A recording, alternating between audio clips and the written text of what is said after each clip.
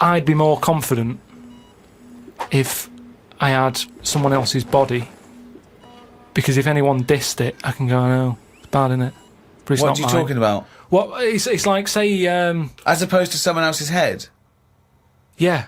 Well, What, it you'd wouldn't be me, would it? The head is me. Well, of course it is. That's what I mean. Yeah, So the what do you head's mean? me. You'd be happier having someone else's body? What, than your own? What I mean is, say if you're wandering about, for some reason, there's an incident.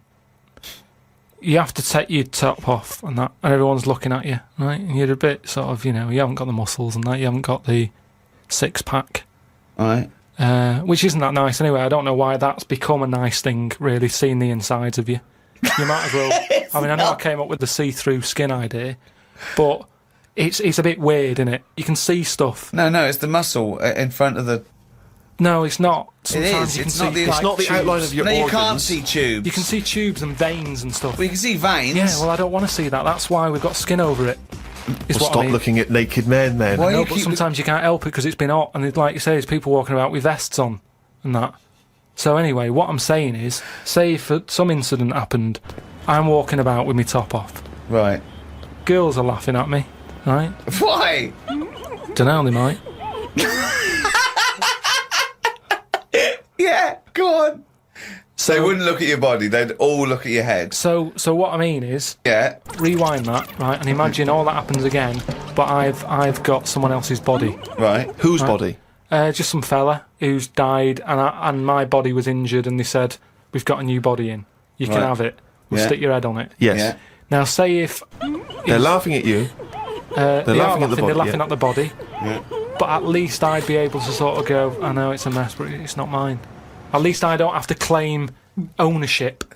So all of this extraordinary technology that can make put one head on another person's body, so you can go, it's not my body. No. But And it's not your own. I'm not being funny though. So if you have a body transplant, right, and you're there, you're at home, naked, you look down, Yeah. lovely penis and a set of testicles, Yeah. right? What do you do with them? What do you mean? What am I doing with them? Well, do you like them? Well, you wouldn't mess about with them as much as if they were your own.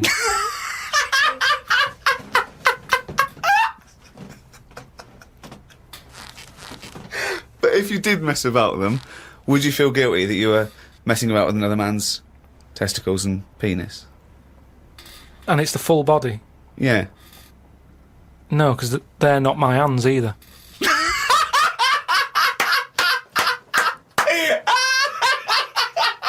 You're a genius! You're a fucking genius! So what you're doing is watching someone else wank. Yeah.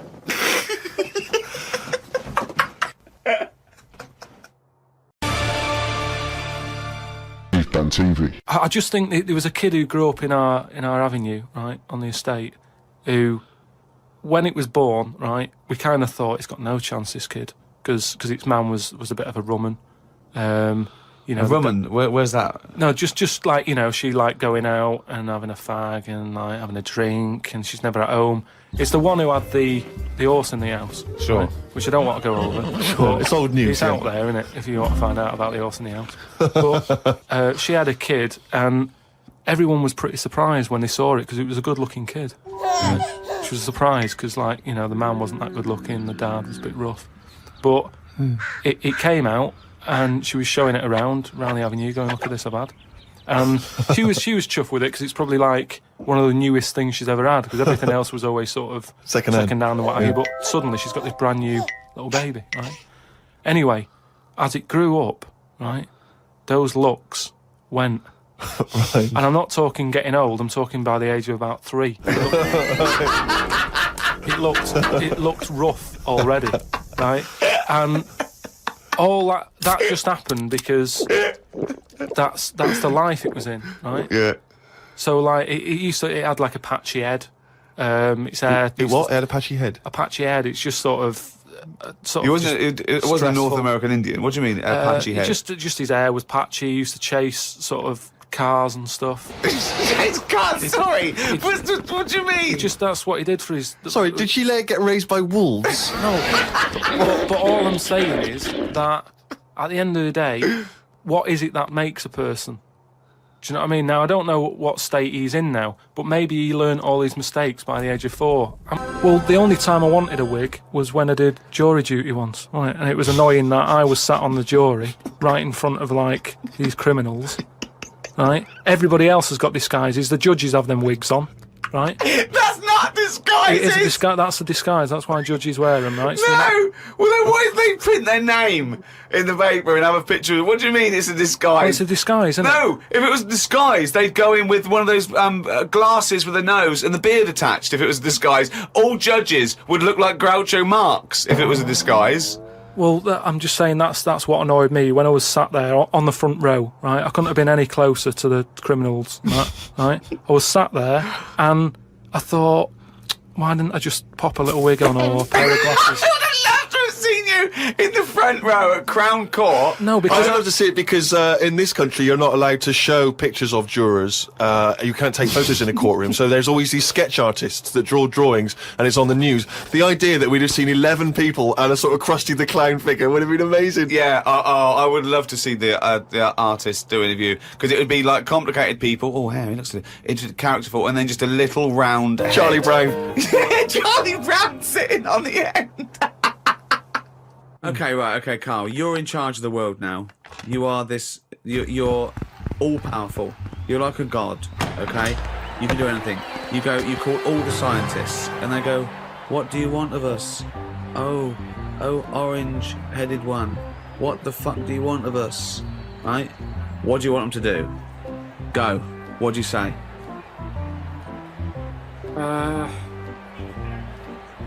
well, I want to come in and how long have they been working on the Big Bang idea? Forget it. You've got every No, science. but I don't just want to come in and poo-poo that because they're gonna Poo-poo. They've done a lot of research. Well, on hold it. on. You wanted to stop a minute ago. Yeah, I know, but you don't just come in, guns are blazing. I'd say, hello You can do everyone. anything you want. Oh, go on then. Hello everyone. Hello, Carl, leader. Right, listen, this Big Bang thing you've been doing. Yeah, well, that's just only a few of us. That's like less than 1,000,000% of us. We're all here. Yeah. I've dropped AIDS research. I've dropped cancer research. Right, well, why have you dropped that? I'm working Who's told on you it. to do that? Well, no, we knocked off. They said you wanted to tell us something. We're all here. Every scientist in the world Well, is listen, here. what research are you doing? Oh, well, I'm looking at what happens if you give Feminax to an owl. What happens? Well, I'm halfway through it. I got called away. Look, I'm really busy. What do you want me to work on? Who said they're doing cancer? Go back to work. Cheers. Right. Okay, the rest of us doing stuff that you think we're fanning around with. What would you want us to Listen, do? well, I can't do it all today. What about me? I was doing AIDS. Hang on a minute. I was doing AIDS. You just wait a minute. Right, okay, why does cancer get to go back? Are you saying that cancer's a bigger problem than AIDS? You go back to work. So AIDS go back. I'm doing restless leg Right, syndrome. can everybody but the Big Bang people leave?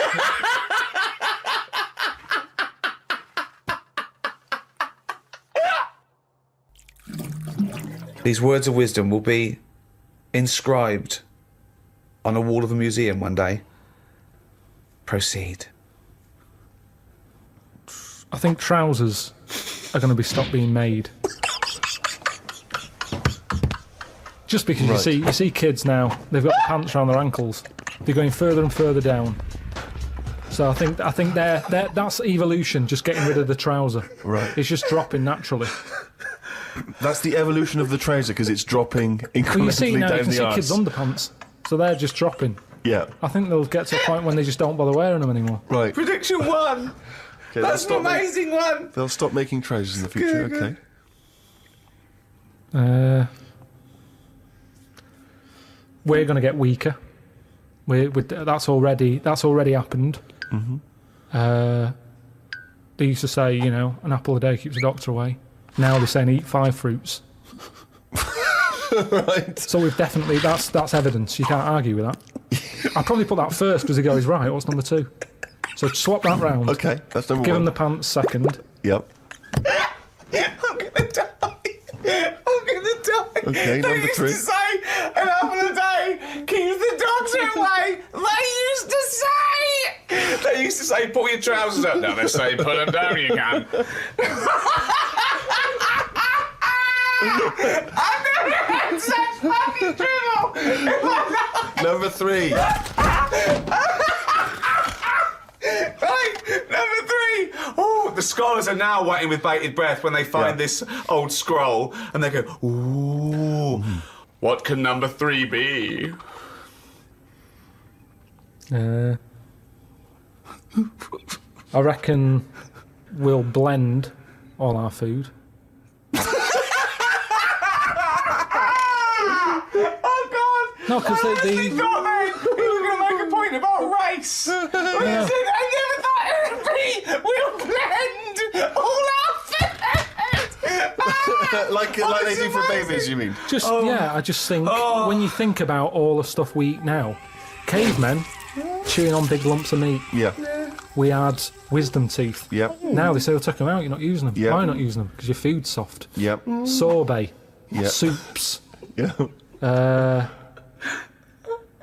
Everything's softer, Just isn't it? those When you get an two, yeah. avocado, they say, is it soft? Everyone's squeezing the food before they buy it. Yeah. No one wants anything tough. Yeah.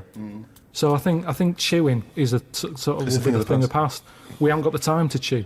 Everyone's like, hurry up, eat that. You don't have to go out for dinner with Ricky. He's like, hurry up. Like, I'm still eating Well, it. he does blend his food, I think. Okay, so blending food. Great. I reckon... what else do we do now? So I've done teeth. Done trousers. I've come up with this idea. It's sort of like glasses, but you can live wherever you want to live. What do you mean? Everything that's real, you're not looking at that anymore. This is really the future. I'd put this at number 10. This is like... We're only doing 5. Fuck me. So what you mean is that you look through the glasses and instead of seeing the real world, you see a tropical what paradise. you want to see. So if you're a young kid and you like the idea of living in the urban ghetto with all graffiti on the walls and that, you can see that. Yeah, but hold on. Are you walking around? Because you'll be bumping into stuff, won't you? No. Why not? No, what you mean is that the stuff that's there in the real world is being digitally reimagined in your glasses. So what was a nice country lane is suddenly now an It's urban got loads ghetto. of graffiti on it. Sure. Absolutely mental, pointless, would What? never work. Absolutely But one of the older- maddest things you've ever said. Really weird, that one. Yeah, It could be done. I reckon it could be easily Why done. would it be? Okay, Because- last one, that's number 4. That's a load of bollocks. So what's number 5? There'll be more letters in the alphabet. Why? Why? Because we're running out of words now, aren't we? No, we're not running out of No, we words are. now. We are definitely running out Just of using, words. just using the letters we've already got and yeah. making new words. Yeah, we're making, yeah. No, but we haven't got enough now. Of course we have. Have you any idea? You could have a word with 9 L's Yes. before you run out. Yeah, and they do in Wales and what have you. That's because their alphabet is shorter than ours. They've only got something like 24 letters over there. Right. They go mental with the L. now, what we do is we've got 26 letters, but we are now struggling. We're We're not struggling at all. We are. We're not. Let me say stupid. Boswallocks in shampoo. Now there's a word where they've gone, well, we've invented something here. We've got something we're putting in shampoo. Boswallocks? Boswallocks. Have you just made that up? No, it's no, they go, new with Boswellots and ceramide R. Yeah, but that's a new word because they have to, they come up with a new word. But it's a terrible word. Why? Boswallocks. It's another word. Is that real? You've made that up, have you? I haven't. That's a real word. Boswellocks, yeah. Now this is what I'm saying. So years ago, when they came up with all the sensible ingredients, Go on. sodium. That sounds. That sounds all right. He likes sodium. He doesn't happy like with that. Because it Boswellots. sounds like something in it, like an ingredient. Well, yeah, but that's because you're used to it. Is this a load of Boswallocks? Are you winding me up? No, the two it's of you? real. It's real, and that's because 26 letters. We've wasted them. Years ago, we went mental with the, pneumonia, sticking a P on it, and there's loads of words where you go, "What's that letter doing in there?" Whereas now, they can't do that. They've gone, "Whoa, pull that back. Why is that letter there?" And now you've got stuff like abbreviations and stuff. Yeah. Let's not waste letters. Let's just control it a little bit. Cars are called things like, GTI or something, because they're going, well, I can't think of a word to call this. So they're giving them letters. Think of a word now. Think of a word that hasn't been made up. What do you mean? What? All Tell me a words have word been that made hasn't up. been made up. All words have been made up. No, one that hasn't. That could be used. Say if I invent something now to put in shampoo, what can I call it? Quick. Cranberry. No, it's too close to that. No, we can't get that past the advertising person. Scrimpton. Scrimpton. Yeah. It took Ricky 2 goes and you accepted his second one. Well, I think we've sorted out the future. One of my first disappointments with football, I was 10 years old, okay, and one of the teachers was in charge of the football team, my junior school, and I went down to Tutty's, it was, a shop in Reading with Mum. So it's white socks, black shorts, white shirt. Got that. Knocked on his door. I said, I've got my kit. You went with the trouser yesterday. You missed it. That was it for a year. Right? Next year, I wear the trousers. Got the trousers, okay? He was going, everyone, I want to give it 100%, right? Really try hard. He's watching people play, right? I made sure that every time I ran by him, I was out of breath. Really trying. Every time I ran by him, he sort of looked at me, I think, yeah, right. Came to it, he said, the team is this, I'm left out, right? He went past me, and he went, you've clearly got asthma. So you didn't make that team either? Yeah, and I didn't, and I vowed that day, never try hard at anything. Yeah, well, you've certainly kept that up. Yeah. Question from Kevin. He says, Carl, other than the famous boxing match that you've often talked about, I know that took up about 20 minutes of your time, have you ever been in any other kind of fight? I don't suppose a slangy match. I think they're talking, have you ever been in a physical fight? Once that I can remember. It was over a woman. Well, a girl. I was at school. Yeah. And it was because, like, it's hassle, innit? Right? Relationships when you're younger. How old were you? About 7. It was over a woman. Go on then. Yeah, go on. And there was this girl knocking about who, you know, she was quite good looking, everybody liked. And my mate, he really liked her. And I didn't sort of ask her out on that, but she just sort of took a shine to me and stuff. Right?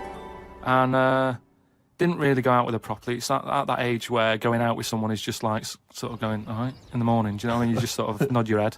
Yeah. And that. Anyway, there was some sort of school disco. And they were playing Spin the Bottle or something. Right? And I sort of wandered over to see what was going on. And I stood on this girl's dress and put a hole in it. And she started crying. I was like, oh, I can't be doing with this. Right? You know, what's up with you? It's old, what's up with you? And everyone's going, Carl, what are you doing? That's meant to be your girlfriend and that. You should be sort of saying, oh, I'm sorry, and giving her a hug and all that, and saying it'll be all right, we'll sort the dress out. I said, oh, I can't be dealing with this. Right? So she's crying her eyes out, so it's over, right? Oh, it's over, you saying, all right, in the morning. Yeah. No more of that. Yeah, there's no more. Right. In the morning. So I go to the toilet, right? And this lad who fancies her comes in and goes, you're out of order, you know. I'm saying, what are you on about? Sorry, there's 2 7-year-olds. Yeah, you're out of order. Keep out. Yeah. Cut it out. Show her a bit of bloody respect. Sorry, were you wearing trilbies? Yeah. He put his cigarette out in the sink and he just said, leave it. Get out of my face. So I just sort of said, look, why are you getting involved and all that? Yeah. 2 7-year-olds. Yeah. Why are you getting involved?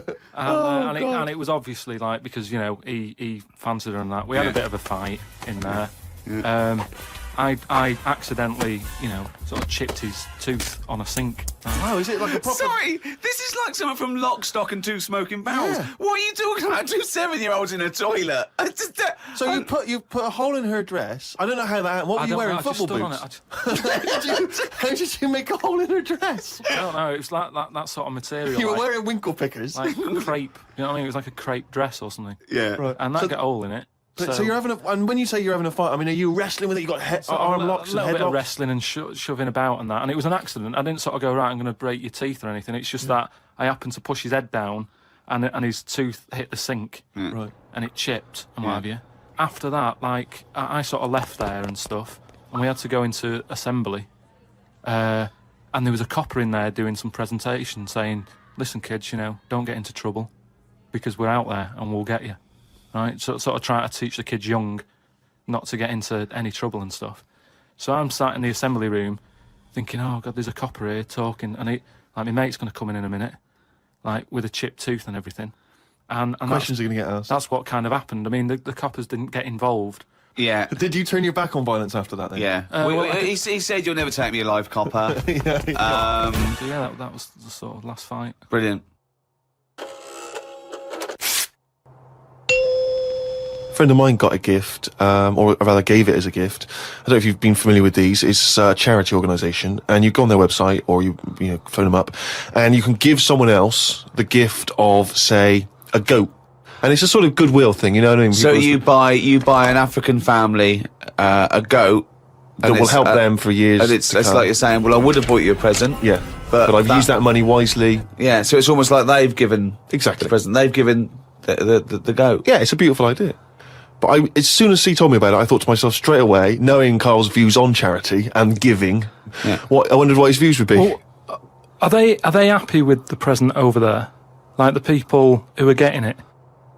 You're an idiot. What, you think an African family wakes up and there's a little goat with a ribbon tied round it, and they go, oh, look what Santa brought us. Look, and that mince pie's gone on that glass of milk. You're such an idiot. No, but what I'm saying is, does that family want a goat? Yes. But why? It's not they want a goat, it's they need a goat. Do you think... What do you think this organisation is? Just arbitrarily giving goats to people. They're going to say, oh, I wanted Nintendo. What are you thinking? Well, what I'm saying is, right, let me put myself in their shoes. Well, this will be they a haven't first. got any. But say I'm one of them, right, over there. Right, I'm sat there, it's Christmas Day, right? I open it up, open the present, little goat there, right? Now, if I was one of them, I'd be going, not another mouth to feed. At the end of the day, there isn't enough food to go round for themselves, never mind a goat. Don't they say, like, having a dog and that is quite expensive? Sometimes they say, what with all the injections you've got to give it. Well, I'm assuming it's all above board. The goat's had its injections. That's what some of the money goes towards.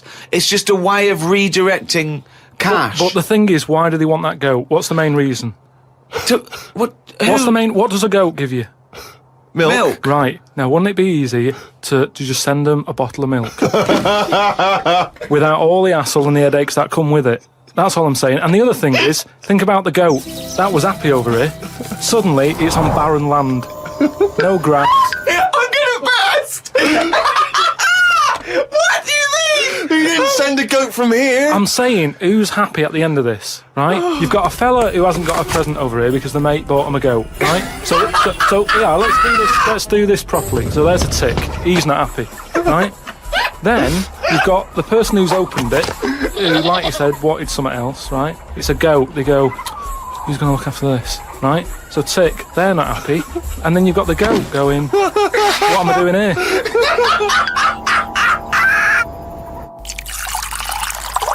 Rick, we've had an email here from a bloke. I think you're going to respect him, because I think you can tell straight away from his name that he's the kind of guy you'd want to hang out with. Go on. I know how much you love fun people. Yeah. Well, Paul, and he's calling himself this, Paul the Party Animal Parker. He's emailed in. He's given himself that moniker.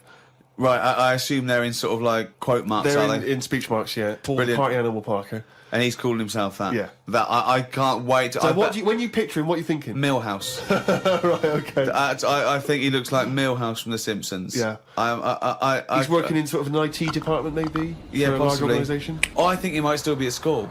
Okay, right, yeah. Yeah, I think. And this is the vital question. Do you believe him to be a party animal? I believe him to be a party animal is as much as a man with a long scarf that his mum knitted him to look like Doctor Who can be a party animal, yes. Do you think that when people are organising parties at his school, they're thinking the first person they got to get on the list and make sure he's guaranteed as You've a got guest to take Paul the is party animal. Parker. Because I bet he's got millions of affectations. I bet he wants to be known as the one that carries around a biscuit tin. Yeah. He's got the scarf. He's the guy who only ever wears bowling shoes. It's his thing. It's his thing. He's a little bit kooky, it's his thing. And it is fairly interesting what he sent in. He's found this on the web. A Serbian man who has invented a sex machine for women. And he's appealing to Western women to test his device. It runs on a 390-volt electric engine, simulates sex, and has a 7.5-inch artificial penis. As soon as I read this, I was thinking, it's just imagining there going, oh, thanks for coming in, yeah, okay. So there's what's going to happen is there's a penis that's going to pop out from here, and it's going to have sex with you. I'm going to stand behind the machine. I've got to stand behind here. There's a lot of dials and stuff. I don't want to bore you with. Well, why do you have to stand behind it? Just I can't. It's technical stuff, but I got to be behind the machine. But there's no penis on the robot at the moment. It's just a hole. No, don't worry. What'll happen is I'll switch the machine on. I'll go behind, and then a penis will appear. Will it be like a metal-looking penis? It will be a robotic penis, but it will seem like it's a regular fleshy human penis. So you've made this sort of like robotic penis look really realistic. It's really realistic. You will not be able to tell the difference between, say, the robot one and mine, for instance. Okay, well, I don't want to see yours. No, there's absolutely not. Because I've not come around here to have sex with a person. I know, you've come around to test the machine. Yeah, and that is exactly what you're going to get. Okay, a piece of mechanical action. That's it.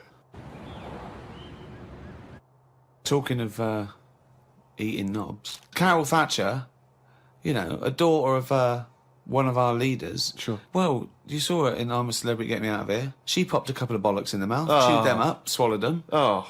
Kangaroo penis there, dried. She couldn't even get... It was so tough, she couldn't even get through it. And then she... eventually she eats it. What was it, like a pepperoni? Yeah. And she... What do you think of that, Carl? What, eating that sort of stuff? Yeah. I watch it. I like those little trial bits, right? Yeah. But what I don't think people realise is, right, it is hard eating a little kangaroo knob. Right? Really? How do you know? No, it's just, you know, you think about it and you go, oh, I couldn't do that, right? But what they never mention on the TV programme, which I think takes it to the next level, right, they're eating that at like 7:30 in the morning. Sure. Right. Which is worse, innit? Yeah. Do you know what I mean? If I was there and Ant and Dec said, right, Carl, eat the knob, I'd go, hang on a minute, give us a few hours, let me get some rice and that on my belly and just sort of fill me up a little bit more. I'll pop back at about 6:30 this evening, Right. have it ready. And I'd be happier then. It's just that thing of, you know, you don't want to eat animal genitals on an empty stomach. So what are you saying? You could... I'm saying, like, I could eat a knob at night, but... Just cut that there. We'll loop that. If any DJs are listening, No. Just take that quote, I could eat a knob at night, by Karl Pilkington. No. Maybe do a dance remix. Yeah, Just I think maybe you're sort of a house producer and you could maybe get some kind of high energy beat going and then we could just send that out to some of the gay clubs. I'm sure it'd be really popular. Please, anyone, send us, you know, that looped with a nice little, you know, funky house beat. Karl Pilkington saying, I could eat a knob at night. But don't you see what I'm saying, though? The way the world... We've changed more than the world has. We can't handle anything now, can we? Look at it, like I say, a bit of snow, a bit of cold, everything comes to a standstill. Yeah. Oh, I can't go out, it's dangerous, you'll slip over, people having time off work. Yeah. What would you do, right? If you run a business, right, your business could go under, right? It snows a bit. You've got 10 employees, you're paying them well, and they go, I can't come in today, Carl. A bit icy. I'll do it, okay? Right, they're snowed in, right? You're running the business. What are you running? It's a... let's not... I'm not going to big myself up. It's just it's a factory. It's U-bends. U-bends. U-bends for... Toilet. So you run a... Okay, right, okay. So plumbing, you pay them all right, don't you? I'd say most of them are on above average. So you're there. What time do you get in? About 9:15. 9:15, waiting for them to come in at 9, yeah? Yeah. Okay, right, it's snowing. It's a bit snowy. You got there. It took you a bit while. You'd set off early, did you? Or? Gave myself a bit more time because I had to put the heating on the car. Okay, ring. Hello, KP Plumbing. Oh, is that Miss Pilkington? Yeah, it is, yeah. Who's that? Oh, it's Sheila. Listen. Sheila, shouldn't you be here by now? Yeah, no, I was going to set off. We'll set off now. Stop wasting time. We've got a big order on. No, I know. We're all on a bonus here if we get this done. I'll see you in 10 minutes, shall I? I can't make it. What? I can't make it. Why not? The car won't start and it's slippy on the drive. I just can't get out. Get the transport. I'll see you in... I'll give you 20 minutes, all right? Don't worry about it. Thanks for calling. I'll see you in a bit. I'm also scared of the ice. I'm scared of the ice. I'm not gonna come in today. It's dangerous. So what are you going to do? Well, I'm gonna wait until the ice and snow goes away and then I'm gonna come in. But they're predicting it's going to be about 2 weeks before they clear all this. I can't really travel in this. It's a bit dangerous. Well, I'll tell you what. You stay at home. I'll replace you. because I need someone to come in with What, a you're big firing old... me because I can't get into work with this. Well, I got think- into work, Sheila. Yeah, I know, but I mean, you don't live with me, do you? If you did live with me, then No, but you'd it probably was see bad. how... It was bad where I was as well. Yeah, I'm here. but do you know how bad it is here? When you come round and have a look how bad it is here, no, you drive I'm my... not coming Tell you round what, here. you come round and drive my fucking car because I'm snowed in, you fucking calling me a cunt. And I'll tell you, if you fire me, I'll take you to drive uni, you bald-headed wanker. Right, you're fired anyway for that. You're in fucking trouble then. Right then, see ya. Right, and then Right. she's done with. She's weak anyway. Ring, ring. Ring, ring. KP Plumbing. Hiya, is that, Miss Pilkington? Yeah, it is. Yeah. Hi, it's Bob here. Bob. Yeah, bit of trouble. In my area, it's absolutely snowing. It's possible. No one's getting out. I live near Sheila. Bob, by the way. listen. Yeah, well, Sheila's just been on. She's saying she can't get in either. She can't. I've just seen her out there trying to dig her car out, and she's hurt her back. She's really tried hard to get to work, but she can't do it because she's not very rich, and her car doesn't work. She hasn't got the right tyres, and there's no public transport. They've cancelled those. Wrong snow on this country.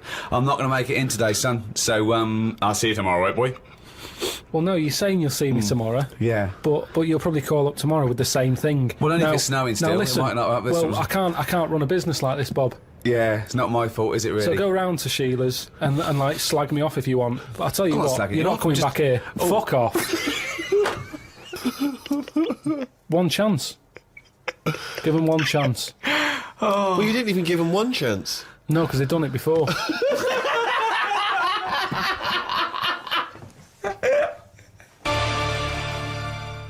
TV. That was the Travis, and some flowers through my window. This is XFM 104.9 of a Saturday afternoon, just gone 6 minutes past 1. I'm Ricky Gervais, with me Steve Merchant. Hello Hi. there, hi. Good Hi. to talk to you. Karl Pilkington is over there. All right. Hey! Keeps it real. Yeah. Respect, Carl. Oh. Rick, I just think, we want to lift off the show straight away. Yeah. Into the stratosphere. Yeah. And the best way to do that, it seemed to me, was to resurrect a game we used to play when we first began the show in old XFM days. Do you remember the game? Do you remember the game Make Ricky Gervais Rub me Laugh? hard. Rub you hard? No. No, So what that was only in the pilot. We never actually did that on live. Okay, right. No, it was the game Make Ricky Gervais Laugh. Oh, I remember, And we used yeah. to get people, Carl, you probably didn't hear it, we used to get people to sort of send in pictures and jokes and stuff. And if I could make Ricky laugh on air with those He won a particular toffee. things, then they won a gift of some kind. Yeah. Anyway, a lot of emails actually saying people love your laugh, Rick. So in a sense, we're giving the public what They they want. must be taking the mickey. But this is a picture I found in today's copy of The Sun, so if you're listening at home and you want to know what the picture looks like, rush out and buy a copy, only 40p. Yeah. And, Are we sponsored by the Sun? We do White Van Man. Exactly. It amused me straight away, this, because bear in mind, Right. it is one of the world's biggest rock stars. Okay. Just check out the face. Oh, that's fantastic. Look at that. Oh, that is Michael Stipe. Oh dear, with sort of like looking like, I don't know, some sort of Nazi officer. That's not libelous. That's not like it's in your opinion, Michael Stipe. Yeah. He's outside there during the press conference Yeah. for Peter Buck's. It's not a good picture. I love R.E.M. and I love Michael Stipe. I think he's a lovely man, but that's a bad picture, isn't it? He's got big glasses on and Yeah. stubble, obviously he's got bald head. He doesn't appear to be looking at anything. He's looking right He's beyond like- everyone else. Can you see that, Carl? I'll tell you who he looks like. He looks like Zig, I think, from Zig and Zag. He looks like Well, he is a there you Muppet go. made of foam. Oh, lovely. Nice to see that game come back. Yeah, It's a the roaring medium of success. radio. Yeah. Oh, what a good picture that is. Well, anyway, it reminded me of the game that you and I used to play in our very early days of XFM, when it was literally Make Ricky Gervais laugh. Make Ricky Gervais Laugh, which was a Remember great game. I I think. remember the first one. It was that fella drinking a pint of beer. Yeah. I remember yeah. the very first time. It yeah. never. I tell you what, it's You not know what great. though? Ant and Dec do it now. They Do do. They actually. It's very similar to Make Ricky Laugh. It's called Make Ant Laugh. Interesting. So many of our great ideas have been stolen. Yeah. Or stoled. Stoled, yeah. And anyway, I was looking through the paper in the week, and there was Go a on. picture which which I think might be a Ricky Gervais Make Ricky Gervais Laugh. I don't know. Again, obviously, it doesn't really work for the listeners at home, but I'll try and do my best to describe it. Can we stop saying my name because it's like a Dave Gorman project? Can we just stop? It's getting. Let's say a word often enough, it doesn't mean anything. Yeah. Let's stop saying Ricky Gervais. Well, what we're going to refer to you as. All right. Well, Make Fatty Laugh is a new game. I'm trying to get one of those squeaks of a laugh. I'm concerned because I know. I'm not a monkey. I'm not Sure, a you're not a performing performing monkey. No, okay. I know that. Right. But anyway, let me just briefly summarise the story for those at home. Okay. The headline was Mum 48, a mother of 48 seduced boy of 14. Well, that's not funny. Not her own boy, obviously, but No, a still- neighbourhood child. I don't think it's a funny said- story so far. He said Grand Lana Allen, 48, led him upstairs and undressed to her waist, then took his trousers off. Okay, bear that in mind. This is a quote. This is a quote from him, right? Bear in mind, he's a 14-year-old boy. He's quite excited about this. He says, "Then we had sex. It was every boy's fantasy." All right. You're going to show me the picture of her now, aren't you? So it's a picture of her. This is not... Bear in mind, This is... in his okay. own words, Rick. Right. In his own words, this was every boy's fantasy. Okay. Here's the picture. It's a silent laugh. He's collapsed on the floor. Expecting that. I wasn't expecting... I was thinking it looked like a fat man. I was not expecting that. Oh, my God. Oh, God. She looks like the drummer of Iron Maiden. That's... She looks a bit like Lemmy. But I tell you, she looks like reminds me of most. Did you see those? They've got one with a fag on as well. No, I know. It's just that's it with them out of makeup though. Carl, have you seen Every Boy's Fantasy? You should see. Oh God! Have a Oh, look, Carl. oh God! How old is she? 48. Oh God! Oh, 48. That's lovely.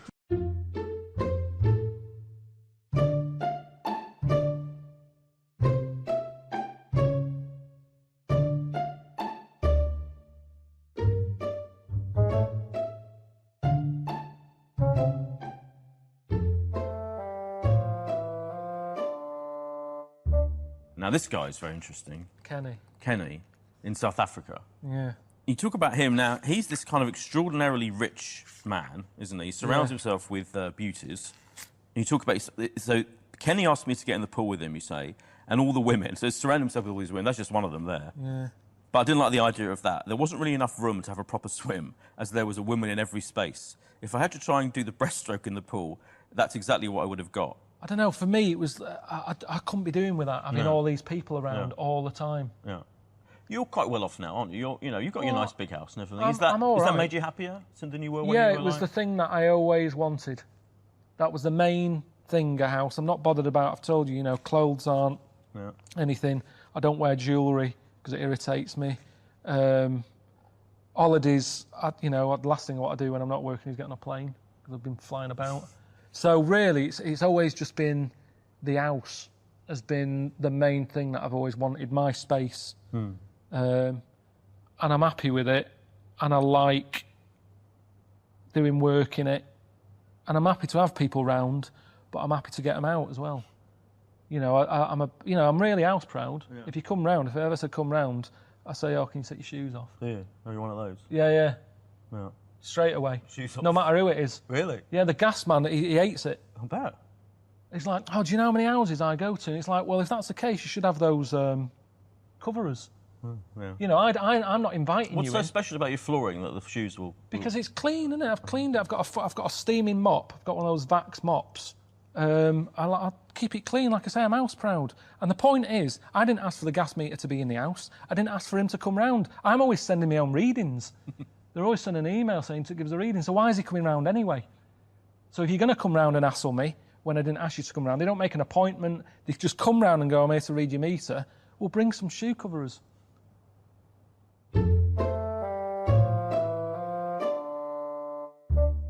Because whilst I was in Japan, I had a sperm test. Have you ever done that? No, thank God. I went into... No, it's all right. I mean, it's quite... Yeah. It's good. Last week, after your nervous breakdown, you went to Hastings. Can I ask, why the hell did you go to Hastings? It's so arbitrary. What do you mean? Why go to Hastings? You lost him on arbitrary. Why did you choose that above all other places within... It's amazing, isn't it? You look at his face when you say a word that he doesn't understand, and it just goes dead. It's like when your computer freezes. Yeah, it is like that, yeah. Is there an equivalent to Control Alt Delete when Carl just doesn't understand, so we have to press, like, knob, bollock, finger up arse. It takes him out of his sort of stupid, doesn't it? Now that's three things to press, but you've only got two hands, so... Wow. Yeah, I know. God, what would I do? I'd have, hold on, so I could have the thumb of my right hand, pop that up his arse. I'd have probably my index finger of my left hand on his knob. How would I press his testicles? What would I use? I'd have to use some other part. Shall we try it? Yeah, let's go round there. Messing about. Look, come on. What? Sit down. I think it's time you had a little kiss. down. 'cause you don't- You're so welcome. I've already had a little. What happened, Carl? He loves it. I'm just gonna give you a little kiss. Just for the webcam. Right, hurry up then. All right, on the lips. No, not on. Oh, come on. Oh, God. I love it because he hates it so much. You won't get that radio on. Rick, can I just kiss and make up with Carl? No, that is... No, let me just kiss my kiss. Yeah, but it doesn't. Next week it'll be the same again. It doesn't mean anything. It's like saying sorry. Oh, on the lips. Go on, look, he's... Carl. Get off I've never... Carl has gone a absolute shade of purple, straining not to have merchants... There's no point, Steve. No. There's no point. No, just shake. Just shake and make up. Shake what, Rick? There you go. All friends, sit down. That's lovely. That's a lovely moment. So, can we finish there now? Yeah. Yeah, What do you mean? absolutely. What do you mean? Can we finish there now? Just play the ads and go. What? No, what are you talking about? We're going to play Johnny Alright, Mitchell we'll River. play Sing it all that day. Play that then. Goodness, we Carl, look at We you. haven't got time. Merry Christmas, Carl. Merry Yeah, Christmas, yeah. Carl. Enjoy the Let's give him- champagne. let's give him a little kiss. Oh, little kiss. Oh, no, I with tongues, it's Christmas. No, don't. Stop messing about. Get off! Oh, yeah. Also, did you see, Liquid News last night? No. What is Liquid News? I don't really watch It's the Liquid thing News. on, Choice, right? And it's, sort of celebrity news, yeah? And, Julian Clary, was on, and, they were talking about the Sony Awards the night before, which we went to, and they said, something like, a relatively unknown had won the Entertainment Award that we were up for, and Christian, and Chris Moyles, and Jonathan Ross, said, beating off bigger people. Not he was beating off bigger people. They weren't suggesting he was... Was Julian Clary beaten off at the night again? Yeah. And it said, so, the people who didn't win resorted to silliness. And it cut, right? I don't know where the camera was. It must have been miles away, because it wasn't us. Cut to me making a little hat for you out of a Budweiser box, a little dialect thing, and then forcing it on your head, and you sort of struggling. Do you remember that? I do remember it. Yeah. So But they were... they're always Well, they watching. were filming us? They were filming it, yeah. Scary. So, yeah. That's really scary, because some of the things we were doing... Because I was tying scarves round your head, wasn't I? We were touching Carl in an intimate way. We were gaying him up. Gaying him weren't we, up, to make quite him a lot. feel all uncomfortable and everything. Because he doesn't like that sort of thing, do you? Can't stand it. We're going to be giving you a cuddle about 5 to 3, seriously. We are going to... On the way out. And I've got roaming hands. Yeah. Do you know them girls who came up from the radio academy and sort of said, "Oh, so you're Carl then?" Right, Yeah. yeah. A couple of fans went up to Carl. Just on the way out, I said to him again. I said, "Look, I'm not gay," because they were convinced I was.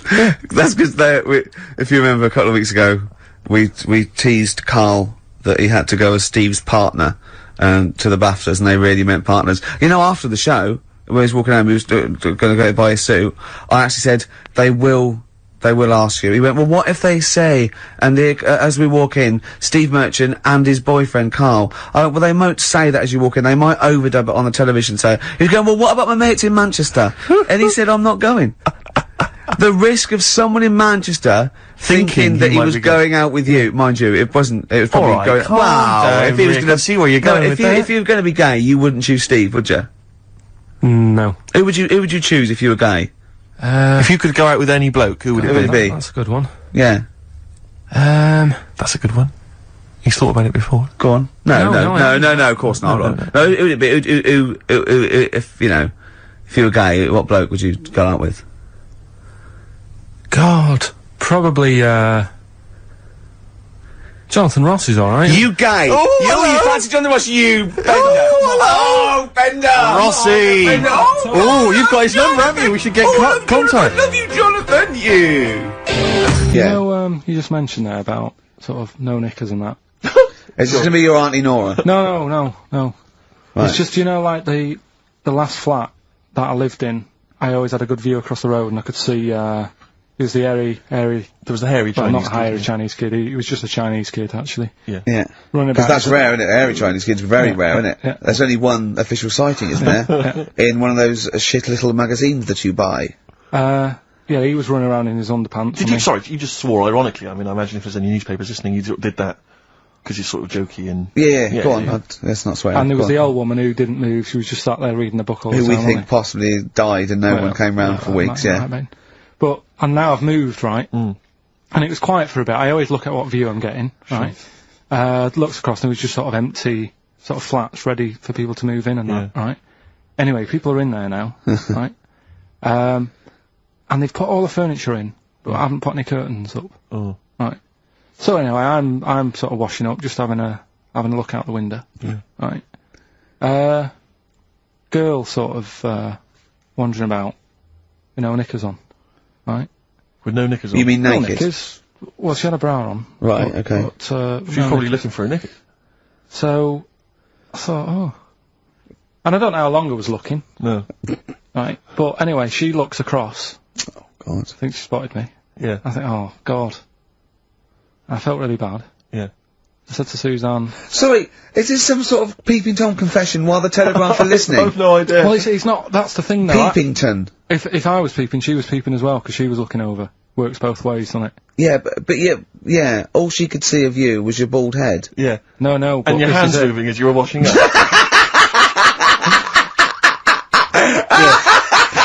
And some white-looking substance rotting up. Particularly stubborn stain on this glass. Yeah. Oh, God. Imagine that. Imagine if she looked across. I'm assuming the sink is lower than the window.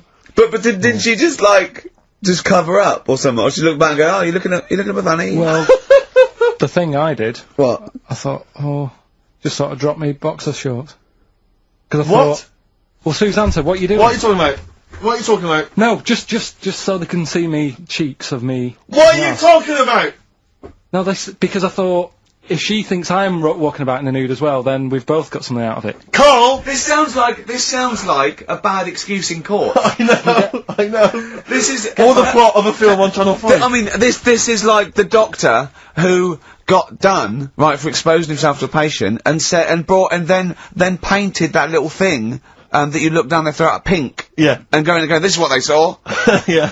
No, so sorry, you were looking at a woman dancing around naked, right? So the only thing you could do was immediately drop your boxer shorts. So she looked across, saw you fully clothed, saw you took your No, boxers she off. wouldn't have done, because it's sort of just the top half and the sink's at a side angle, so I was sort of looking out. So This she is wouldn't genius. so she wouldn't have seen your trousers then anyway. No, she did. I moved in front of the window. So more. you then made them.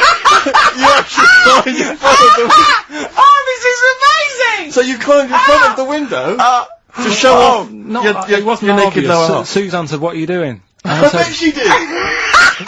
What are you looking at? I sent you in here to What clean are up. you doing? I'm just taking my trousers down, standing over the window. Why? Because there's a naked woman across the road. What do you think I'm doing, Suzanne? I'm exposing myself while looking at some free funny. leave it. What's up with you, Suzanne? leave it then, leave it. Christ. Are we doing Rockbusters? Or what? Yeah. Oh, she sent you in there to read up on Einstein. She comes in and finds that. Oh, brilliant! Anyway. Wait a minute, can I just get a final question? What did the woman across the way? What happened? What was her I reaction? didn't look again. I just thought you've seen a bit of action as well. We're both happy. Let's leave it. Brilliant. So were you waddling around like a penguin with your trousers around your ankles? I just was walking about, and Suzanne said, "What are you doing?" I said, "I'll explain to you in a bit, but don't look out the window because then it's Excellent. obvious." Then he sees, she calls her husband to look at Carl walking around naked. He goes, oh, she's got quick, Suzanne, get him out. There's only one with you can do. Get some more friends. They've gone one more. Anyway, Brilliant. Right, play a record So- and come back to Rockbusters. And Monkey News. We haven't got enough time. Do Rockbusters. Oh, God almighty. Probably a couple of listeners Carl, there. what were you saying before we cut you off? yeah, it's just that you had the girls in and that, and it reminded me. I was talking to Steve in a week. Yeah. I think it's when people were talking about going out to string fellas and that. Yeah. I was talking about seeing naked people. No, yes, I asked him, I said, when he used to watch, say, he accidentally flipped onto BBC Two and some ballet was on, would his eye ever been drawn to maybe the gentleman's lower regions rather than the ladies'? The gentleman's package. Yeah, would your eyes ever be accidentally drawn to that and you couldn't resist it? And Did you you- said yes. Yeah, because right. Oh, and I don't dear. think I'm. Oh, dear. Well, go on, I mean, fair enough. No, right. I'm always looking at the beautiful ladies, but fair enough. Yeah, No, go on. but right. Have you ever looked at Wayne Sleep's testicles? I went out. Have you ever looked at Wayne Sleep's penis and testicles? I went out on a night out, right? And it was it got to some point in the night where two women and two fellas got on the stage, Right. right? Started stripping off. Yes. Just what, members of the audience? No, I think they were, like, part of the act. right? Right. And, What was it, Panto? they downed, the fellas had like their undies on, and the girls just had their knickers on. Yeah. Right? And, Sounds pretty erotic at the moment. Go on. and at the same time, they all whipped the pants off, Yes. right? It was Now- Spuck's Fizz, wasn't it? The adult show. Now, I said to Steve, at that point, Sorry, I wasn't there. He said it's to me later. yeah. I said, well, you have a quick glance at the fellas. And then the annoying thing was, I thought, right, now I'll have a look at the women, and it was too late. They put the knickers on. How long were you looking at the fellas? Not that long, but But it why was were you like looking at them first? it's human nature, innit? Why? I don't know, but I'm sure you would have done the same thing. You just Why? sort of think, well, how are they shaping up? So it's a comparative test. So who had the biggest knob? Which one of the blokes had the biggest knob? No, it's like, normal. But, This is a whole new side of you. This is a whole other area. So you look at ballet dancers, you look at the gentlemen's. No, I don't. package. I just was, when he said this, it reminded me of this night when I was walking home thinking, Oh, didn't get a look. Because I was messing where out. was this? What event was this where people are stripping off? Carl, I tell you what, you are the most interesting man I have ever met. But are you comfortable being nude and that? We've done this. Well, I don't know what this is. We did this last week about, are you comfortable being nude? No, I think I know, I was talking you're about probably that. most comfortable being nude. It's just probably not in public. Well, Ricky's only really comfortable nude when he's eating. yeah. There's nothing to get, Yeah, you can just wipe spilt on yourself it. down. Yeah, you just sit in the bath. Yeah. No, but I've talked about that, and then when I went home, I was talking to Suzanne about it, and she said, "What's all that about? You don't like being nude, right?" And I said, well, "It's not." It's like I'm part of an Alan Bennett play. It's just, I love the way you talk. Remember once, right? I don't know if I should talk about this really, but Well, that means you should, so go on. Go on. oh yeah, right. We went to Tenerife, right, one year. And I was still living in Manchester. I'm scared now. Yeah, I don't know why you said that. I'm actually No, scared. I'm thinking about Suzanne, but she's Well, working. I don't want to know anything about Suzanne, Come to be on, no, honest. but If come on, it's- please. It Go on. involves me more. Let's Go hear on, the story. go But on. I'm just explaining to you that I don't like being nude. Yes. Go on. So you're in Tenerife. In Tenerife, right? Didn't have much money. Stayed in this apartment that wasn't that nice, right? Had cockroaches in it and stuff, right?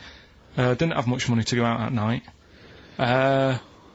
So we're in this sort of death trap of an apartment, right?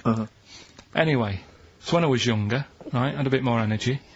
So Sounds like He's 30. 80, I know. so start having it away a bit. It's a joy. Beautiful. It's so, good, yeah. I've been here to a while. I love it. Go on. Right, so, doing what I do, right? Yeah. Someone starts banging on the door. So Suzanne Everyone's says, at it. Right, so you mean knocking on the door? Right, okay. knocking on the door, right? So Suzanne said, you better get it. So I said, I can't get it now, can I? I'll have to wait a bit. Right. I can't go to the door. Go on. So the banging's getting louder. Yeah, Someone at the door. yeah. And she's like, oh, hurry up, it must be important. I'm like, in a minute. Just... So anyway, I don't want to know I stick... anymore. We'll leave it. No, No. come on, finish the story. Open the door. It's a fireman. So I just stick my head round, and he's going, you'll have to get out. The building's on fire. Right? So I'm like, in a minute. Sorry, you weren't still having sex at this point? No, but, Right. still sort of got to wait a minute, or I can't get my pants on. Oh, Carl, I wish I'm so sorry. Right, go on. To the So listener. now So the place is burning down. So it could be a serious big fire going on. Yeah. I'm sort of waiting. You can hear people sort of screaming and that, panicking. Is that because the door's open and you're nude? The fireman's saying, will you get out, will you get out? I'm saying, in a minute. Right. And Suzanne was saying, think of something that's not sexy. Sure. So I was thinking of people, thinking maybe down in a fire might sort of calm you down. Yeah. Then the fireman said, we need a big pole. Yeah. Yeah, Sure, go on. But what I'm saying is, that, to me, I wouldn't have wanted to go out and be safe. over, do you know what I mean, over being naked. I don't like walking about without on. So what I'm saying is, even with that fire... I love the idea of everyone huddled in there with all the firemen. It just, the camera's pans along and it's Carl. Yeah, a local news report. Naked. With still... But would you have gone out without on? But why do I have to go out with now on? I just grab a pair of jeans. Alright, but you just, you know... What? There's a fire, Carl! Yeah, but see, not everyone looks at men's packets. That's only you, remember. Most of the other firemen wouldn't be going, oh, look at him. But what I'm interested in is he's pleased to see us. Carl, how long did it take? And did the thought of dying in a fire help? After a bit, but the fireman sort of had a go at me. Sure. What do you mean? Well, like, he wasn't happy that I was dawdling. Well, to be fair... But what can you do? Answers on a postcard. To the usual address, XFM, care of Leicester Square. Well, let's just get these right. Let's play a record, let's have Rockbusters and Monkey News. We don't have time for Monkey News. We'll squeeze them in. Wow. Well, obviously Carl was out with me last night, and he saw that I'm, you know, he knows I'm a ladies' man, and that was obvious, Carl. You could see the vibe around me, couldn't you, when the chicks were talking to me. And, just remembered recently, actually, I was on a train coming back from, hometown Bristol. And I was on the train, and, this girl walks on, good-looking girl. I thought, hey up. Largely empty carriage. I'm thinking, my luck's in. You know, because I take every opportunity, Carl. That's the thing about me. You know, I don't choose. She was a good-looking girl. She sat down. I thought, she sat down right near me. I thought, brilliant. As, this guy comes up behind her, and says, I think it's probably a boyfriend or something, sits down next to her. And I listened in on the conversation, obviously, because I'm pretending to read. It was very clever. I read the same page for hours, so I was pretending to listen. I was listening, but pretending to read. And, I realised that it's not her boyfriend or anything, it's just some guy she's met on the platform. And I'm thinking, brilliant, if she's the kind of girl who's just going to start talking to someone, you know, on a platform, on a train, brilliant, I'm going to be in here. Because he was only going one stop. So I'm thinking, what's the worst that can happen? He'll nick off, you know, I'll get chatting to her, you know, and, who knows, I could join the... is there a train equivalent? Foot High Club. The Foot High Club, brilliant. And, so I'm excited, you know, I'm listening in.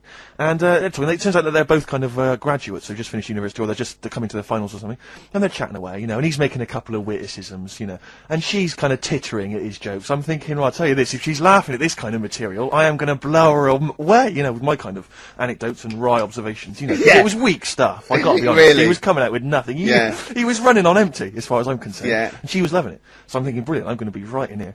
And then they get moving on to higher brow things, you know, and, I think she was going to study kind of Marxism or something like that, or communism, something. And she was asking him, you know, by way of conversation, she was asking him what he knew about Marxism, you know.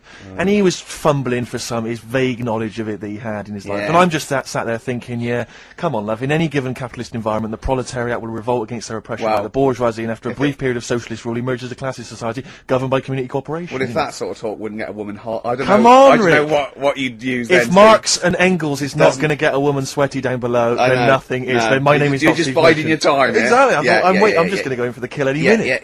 Yeah. So anyway, it comes to his stop, right? He gets off. I'm thinking this is a piece of cake, and he gets off, and off he goes. He walks off, and I'm thinking brilliant. And I thought, I'll wait. You know, I'll wait till the train's pulled away. I'm not going to leap in straight away. No. And he comes back along the carriage, and I'm thinking, hang on a minute. He goes, listen, do you mind if I give you my email address, right?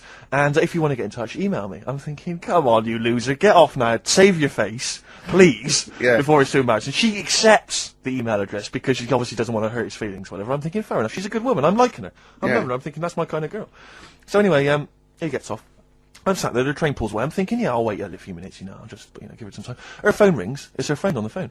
And, she starts saying, and I was listening in, and she was going, yeah, just met a guy on the train. I'm thinking, yeah, that's true enough. She goes, yeah, he was a good-looking guy. I thought, you're having a laugh, love.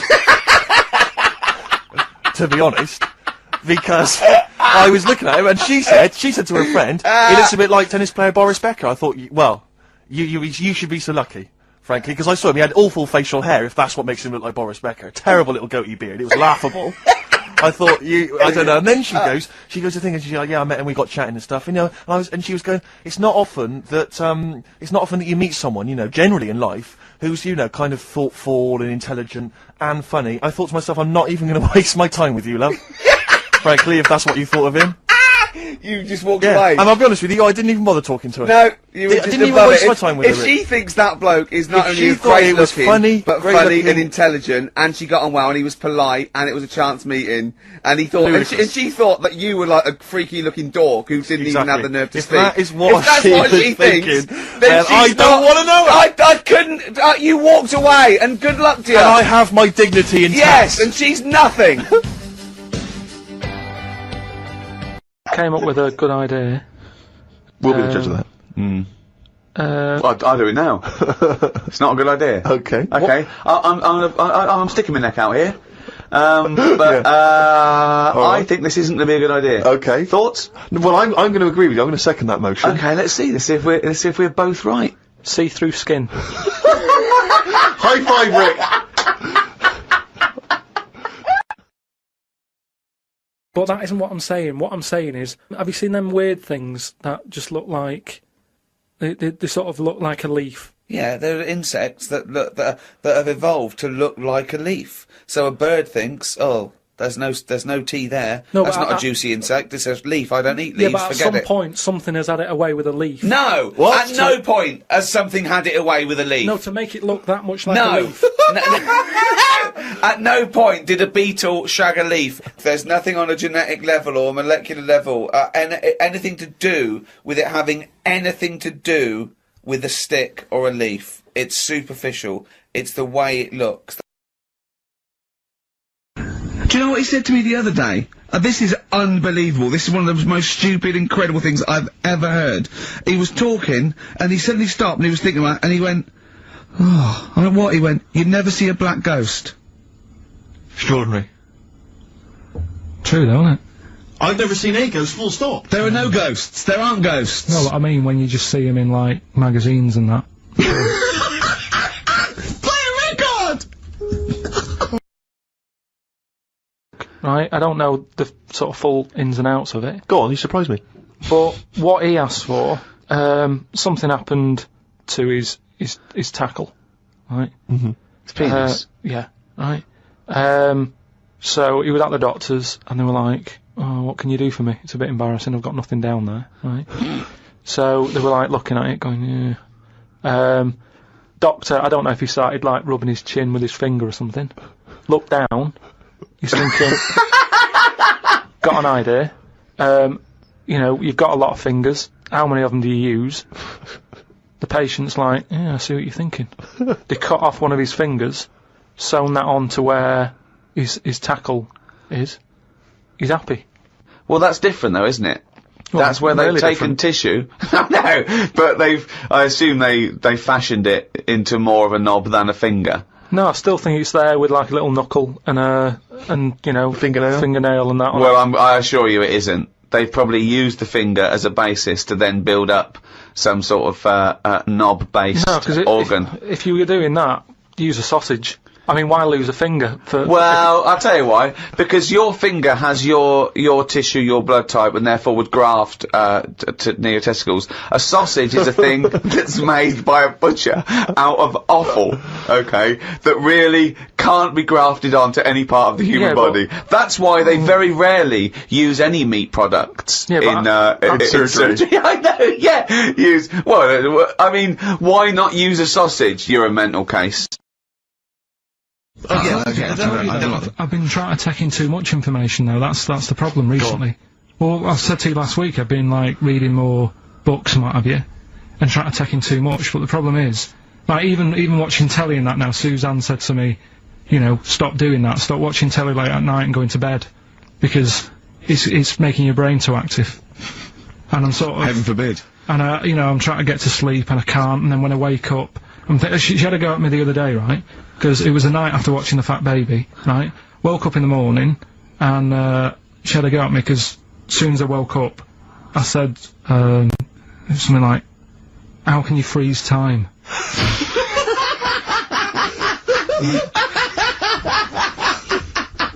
And she says, "Are you going to say good morning or whatever?" I'm gonna burst! Just imagine it, right? It's that the sun comes out through the window. Oh, she's Carl's like that, his little head. His eyes open, he goes, One of those floppy night hats. how can you freeze time? Oh, God. Oh, chimpanzee, that is only gone and written it down, the little... That's the jingle for Karl's diary, excerpts of which we read each week. Get straight into it. A band from the Conga have won the Best Newcomers in a Radio 3 competition. They use pots and pans for instruments. It says that the Conga is a poor, sad place. So why do people do that happy dance at the end of parties called the Conga? Right, one is the Congo. There's no place called the Conga. They come from a place called the Congo. Where do you come from? Okie dokie. It's a terrible place that we don't know whether to put our left leg in or our right leg in. Sometimes we shake it all about. We're not sure if we should. But, Conga!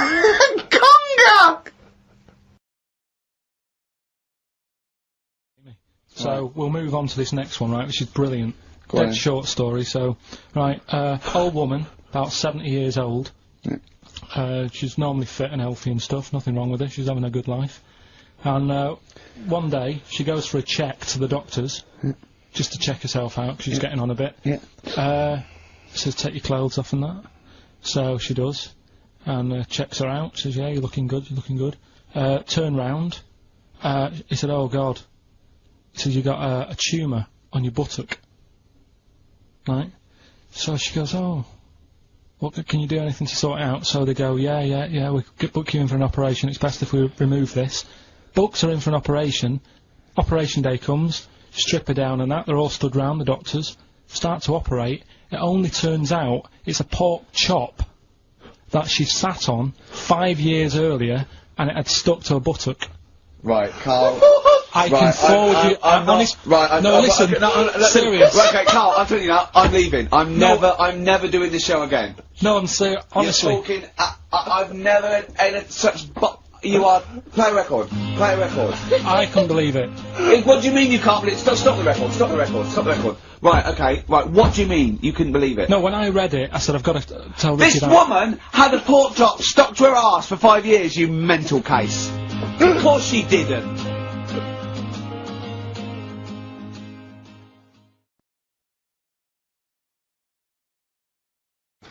But I always remember this story when I was a kid about some bloke who, a bit sad, the story, but weird.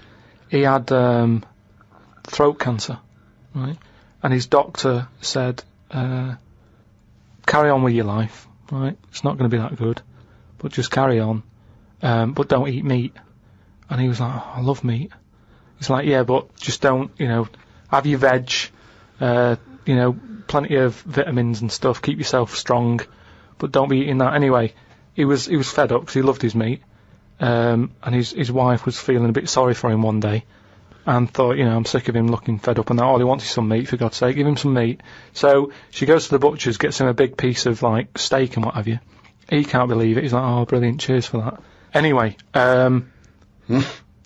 he's got the meat on his plate, just about to tuck in, and the cancer comes out from his throat. What? No, I know, it sounds really weird, but it's something that I was told about years ago when I was growing up.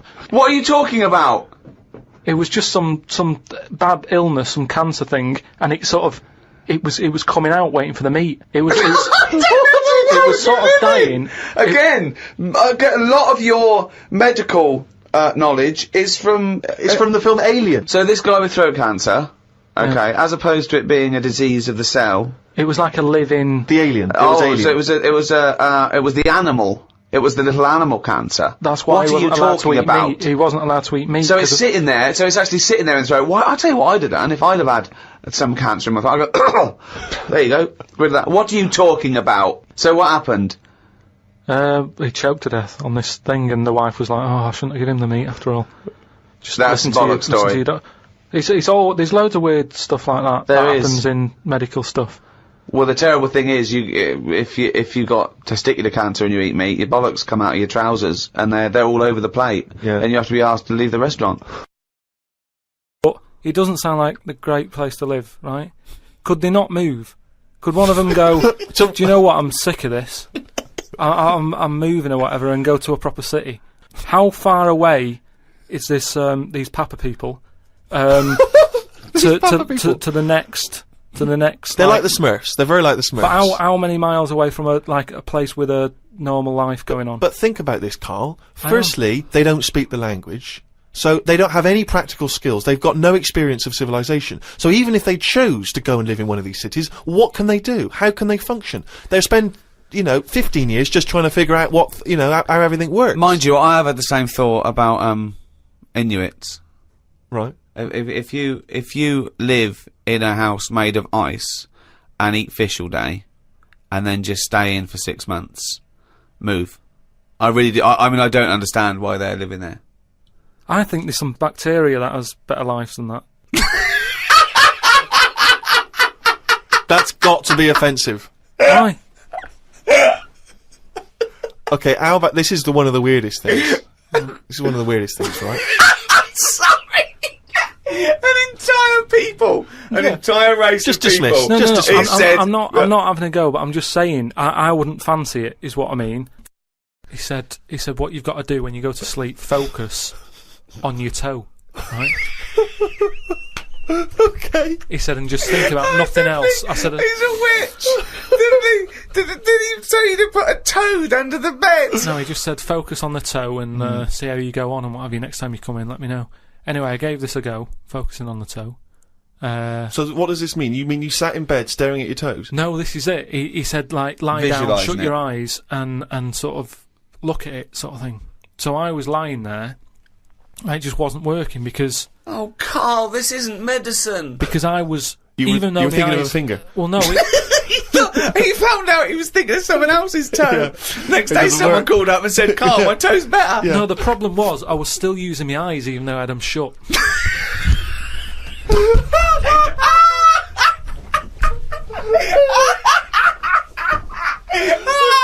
Oh God! Just when I think he could never come up with so much stupid, he pulls that one out of the bag. Right.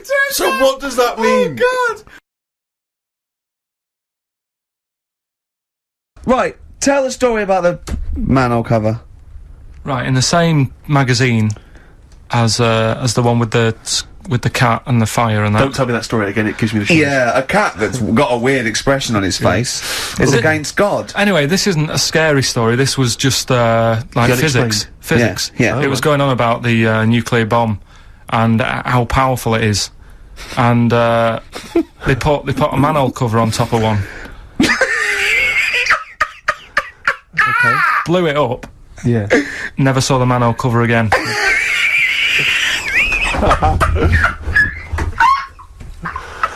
Man alive, Carl. Unexplained. What's going on there? Something weird is happening there. Oh. If anyone has ever seen that manhole cover, please get in touch. We'd love to know where it is. Oh, that's fantastic. Finally, White Van Man, what do you make of the fact that Sainsbury's are bringing in square tins? Is that a concern for you? Is that true? Apparently so. Why? Don't It's know. like it's easy to stack. This is what the guy in the Sun has said. That should be interesting for... That should be... His comment on Sainsbury's are bringing in square tins is that should be interesting for meatballs.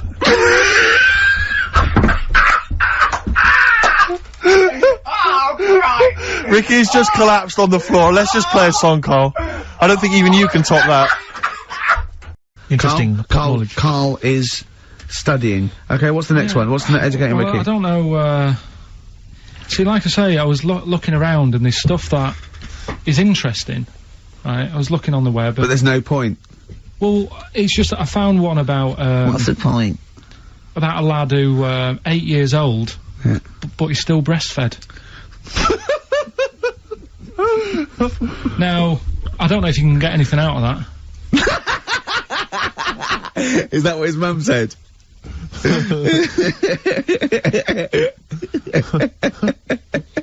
What do you mean I don't know if I can get anything out of that? You don't need to. No, it's just that, you know... Where did you read that? That was on the internet. Oh, well, yeah. You're always unspecific when you mention it. It's just it was on the internet. Well, I'm trying to think what I put in. I think I put in Y to see if I'd confuse a computer.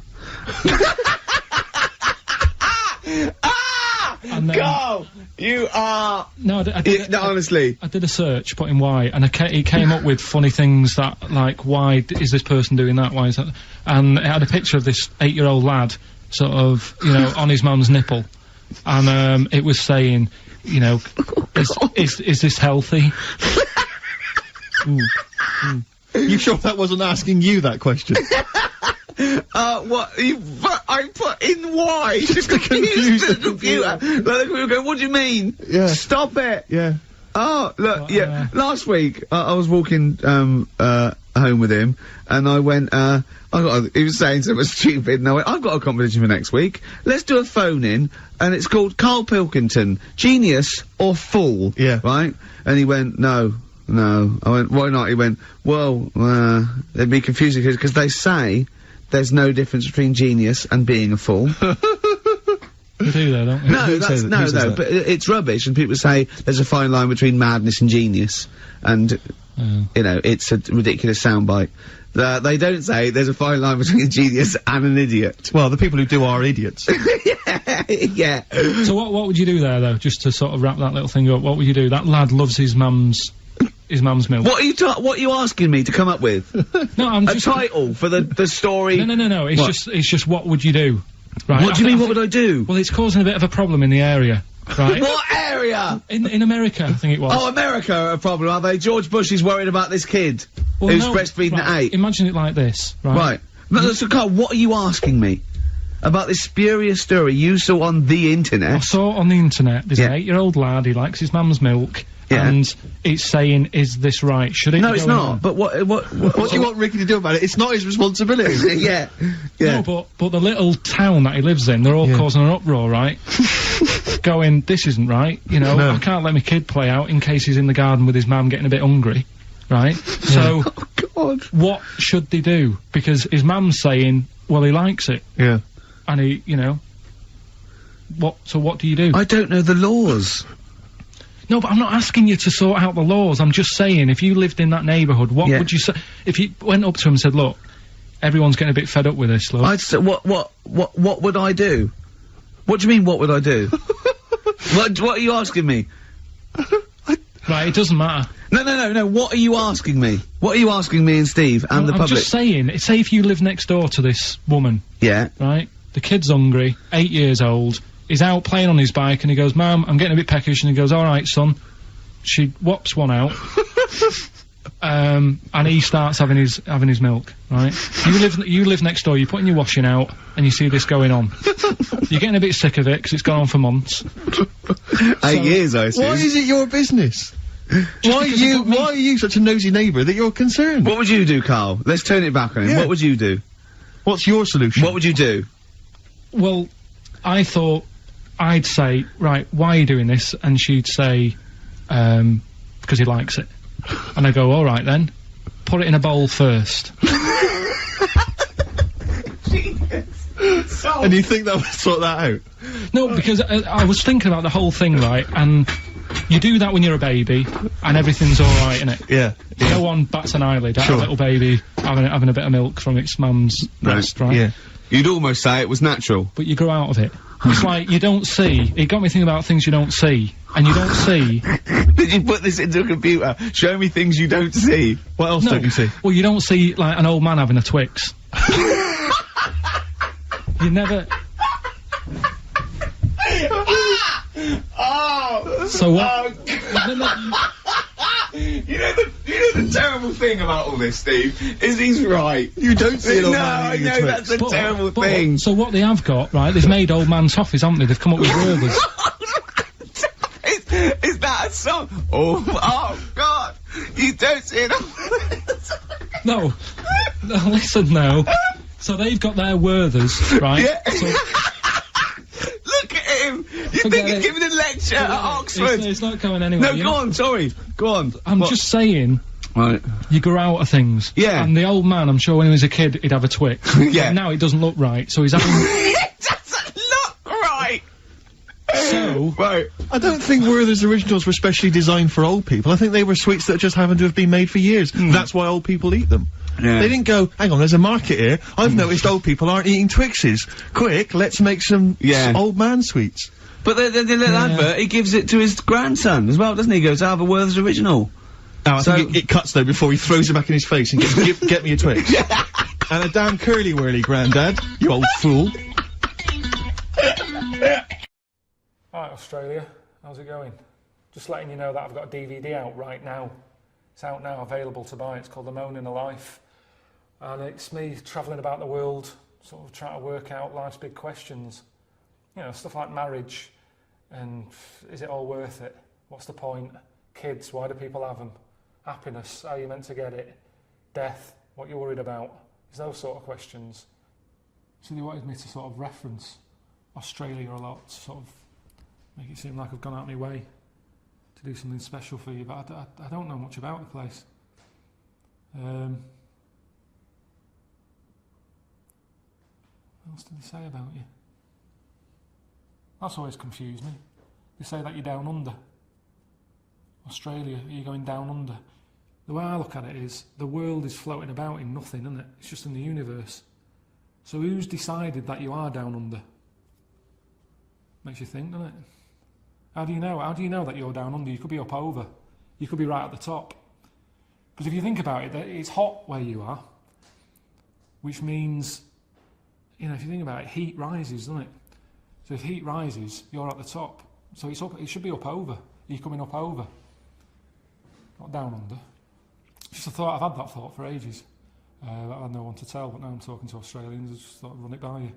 But it's thoughts like that are on this DVD. Life's big issues. You know, is it up over? Is it down under? It's just a question, isn't it? I'm running out of ideas to try and sort of theme this around Australia. I just, you know, at the end of the day, I've got a DVD out. The Moaning of Life. It's out now. Look out for it.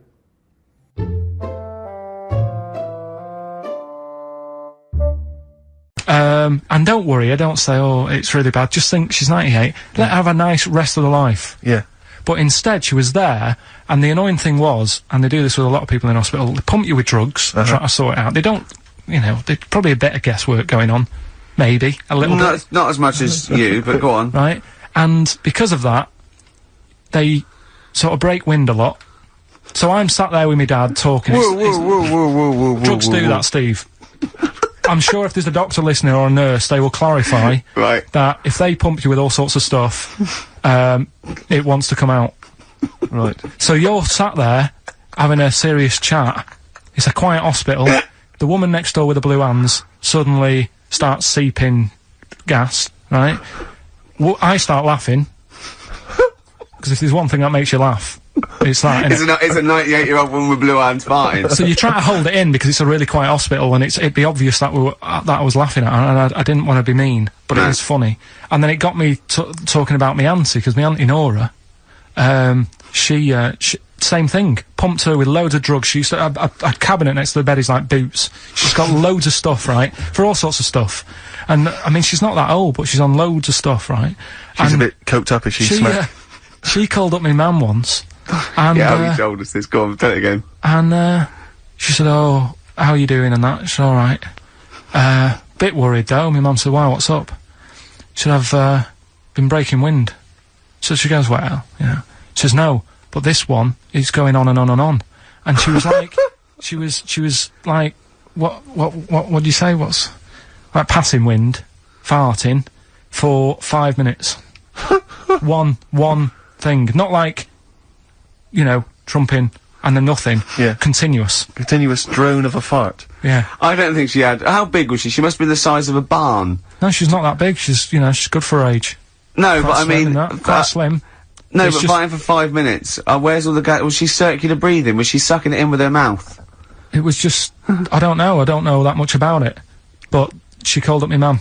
About 2.5 minutes in. Could you hear it in the background? 2.5 minutes in! 2.5 minutes in, she called my mum up, and it went on for a further 2.5 minutes. Oh. And she just stayed on the phone, did she? Where was... Going, can you hear that? Well... yeah. Did she hold the phone next to her arse? Listen to that. She was off the ground. Trying to work a tune down. she was actually hovering. She was 4 foot off the ground when they found her, the ambulance men. The cat's dead. Don't light a match! Don't light that cigarette! Yeah, it's like that advert. The kids come home from school, switch on the light. Yeah! There they see Granny Yeah. hovering, turn the light on. Be careful if you have an elderly woman at home. Yeah. Drugs make you fart. So it was last week when there was a little bit of confusion over the one for Holly Valance. Of right? course. I don't think it was confusion, I think it was your error. No, it wasn't. And it because- was Holy Valance, and you meant Pelmet. Then Becky, who called up that time and said, "Oh, if you're getting mistaken with Pelmet, right?" She sent me an email in a week saying, "I've done a bit of research. It was my fault. I've made an error. It is a Valance." Okay. And I know about Valances, as I told you last week. At the very end, me auntie loves them. Yeah. Right? She makes them. She started off just like putting them on top of the sort of window around the curtain. And then she thought, oh, I can do more with this. And she had a little coffee table that had magazines underneath, and she said, I'm sick of seeing them magazines when I'm sat down. She sounds like a Pilkington. So I'm sick of seeing them magazines when I sit down. so she put a Valance round the table. Yeah. She just got Valances around everything now. Yeah. Then, next step, she tapes everything. She never actually watches telly, she tapes it all. Because she gets sick of listening to the adverts and that. So she tapes everything, so she's got loads of videotapes and that. And the video used to get on her nerves. When she was watching a film, she'd see the clock changing. And it distracted her from the film, so she put a Valance round that. That's genius. Yeah. So, That is really... Or is it mental? Only Mrs. Einstein can tell. I don't know. She's even made a little Jack Russell look like a hovercraft. if you It's stand still, great. that's So it. everything's got a Valance. If you go round and you stand still for too long, the chances are you get She'll a put a Valance around your Valance. head. This is this is Auntie Who, And Nora. and this is the one that farted for 5 minutes. She did. Lest our listeners forget. Lest we farted forget. for 5 minutes. Called his mum, saying I'm farting. 2 minutes into the fart. She said about 2.5 minutes in. Yeah. God. She said I'm about 2.5 minutes into Well, the my fart. mum said, how long's it been going on for? And she said, well, it was about 2.5 minutes before I called you. Yeah. And then it went on for a further 2.5 minutes or something. And, then it stopped. And, She couldn't time it because there was a Valance over the clock. Yeah, she Because it used to couldn't annoy time her it, when she was yeah. on the phone that you put her off seeing the So time. it was She was consi- guessing it was 5 minutes. This was one consistent fart. Yeah. I mean, it wasn't making a noise, it was just... Oh, it wasn't making a noise. Just gas. Right, endless gas. So, there you That's go. fantastic. I'm so Well, sorry. it's like, right, listen, when I was a kid, right, and it's alright for you to go into women's toilets when you're a kid, it's like, oh, it's a bit cute, right, as long as you're not, like, over 15 or something, right? Right. But when I was a kid, I went into a toilet, and women, when they use their little cubicles, they don't shut the door. Some of them just sit down on the toilet, Yeah. right, and you see everything, and, no, seriously, that's probably one of the first times I saw, like, a woman. Yeah. That, right, and my Auntie Nora when she was staying over. What happened with your Auntie Nora? She was, she's into wearing caftans. Into wearing what? You know, caftans. Oh, yeah. What caftans? Big, bellowy sort of dresses. Right. And, yeah, I used to sit on the floor at home in front of the telly. Sure. She was on the chair behind. Yeah. She did a bit of a, sort of a Sharon Stone scene. Oh, God. Yeah. Did you see it? There was no underwear. No. What age were you? What was it like? What age were It you? was like a ripped tennis ball. So. What? Right, we're off air. We're off air. Either that or put us in for the Sonys. No, because I read it and kind of started having sort of memories of Auntie Nora again. Yeah. Because she used to always, like, Now, Auntie Nora is the woman Who farted for 5 minutes. she had wind for 5 minutes. Sure. Yeah. But she also, she used to say, oh, Carl, rub me back. Right. And, with her being quite old, it was all sort of mouldy and warty. It was mouldy. No, Mouldy. sort of mouldy. Mouldy. Right. And what did you do? I didn't like it. I hated it, in It fact. was like reading a Braille book. Yeah. It was like putting your hand in a load of Cocoa Pops. Oh, dear. All really big brown things. And I just thought framing hers would be sort of 3D-ish. Right. Yeah. What's that, a chunk of the moon? No. Yeah. Did you R-text that wall? Yeah. That's Auntie Nora. That's Auntie Nora's back. Oh, God. Any piece of your body, Carl, that you'd like to leave behind? for That's posterity? disgusting. Putting your hand in some... Is she the one with the split tennis ball when she wasn't wearing Shut knickers? up. That's the one. No, let's not discuss the tennis ball. Okay. So she used to get you to sort of knead her dough on her back. God, this is really bad. But like, what, she with her dress or whatever, or she wore those sort of squid-looking things. Like sorry, what? Those squid-looking. That's Auntie Nora covered in octopuses. What are you talking about? What do you mean? It's like a nightgown type thing. But what's squid got to do with it? Because it sort of looked like a squid around the edge. Oh, I know, frilly things. Yeah. And she just said, I'm aching there. Oh. She was never well. She was never. Do you know what I mean? She's always had something wrong with her. I don't ask her how she is. It's just like she's not going to be all right. Did she have wind when you were sort of neat? It must have been like playing an accordion. Yeah, get a little tune going. Wow. Oh, who's your auntie with the tattoos? That's Hazel. Oh right, Let's leave that. Why? Oh, let's why? not talk about Leave it. What have I come across there? What's up with Auntie Hazel? What's up with Auntie Hazel? There's nothing wrong with her. It's just a lesbian, which is nothing wrong with that. Well, no, but you've made it sound like there is now by not wanting to say it. My auntie's a lesbian. I know what you're saying, though. I know what you're getting at. Just because I call her Uncle Hazel. Play a record. He's from Manchester. Please forgive him. Carl's back. He's cheering up a little bit because I think he's vented his spleen a little bit on cities around the world that aren't as good as Manchester. So, has any of your family lived in Manchester? Because they all moved away, didn't they? You came here. Your dad's moved to Wales, for Christ's sake. Well, your family are all around the... Brother joined the army to get anywhere. Just take me anywhere. We don't know where he is. His sister's moved away, so no Ireland, one... Yeah, there you go, you see? So, that's just one family. That's one family who love Manchester. Exactly. Alright? Tell you what, Steve. Go on. I did find out in the week. Yeah. World record, right? Person with the longest trump. With the longest what? Wind. Fart. Right. Right? 2 minutes 42 is the world record. Okay. Right? Well, I'm immediately thinking about a relative of yours who I'm sure did longer than that. Who still lives in Manchester. Auntie Nora. Now, Auntie Nora did it for 5 minutes, wasn't it? Start fight for 5 minutes. But, unfortunately, she was the only person in the room. Whereas I think, which one's alive, Ross or Norris McWhirter? I don't know, actually. He has to be there. Yeah, I think he actually has to He'd have to be there. Would you want to be there? Well, he'd have sort of equipment, and looking at his watch, going, finish, you go, yeah, he goes, well, that was 4 minutes, Did she go from like a size 10 to a size 6? Did she show some old dresses? Like a hovercraft. Exactly. In a big dress. Just slightly off. Yeah. So, it has to be invigilated. But again, how was the Guinness Book of World Records one invigilated? I mean, who was supervising that? He said, I can fart for 2 minutes. They went, well, we've got to see this. Went round. And, he just probably let it rip. It's probably circular breathing. He's probably sort of sucking in air and swallowing it as he's going. And it's a continuous one, isn't it? It's not like... Yeah.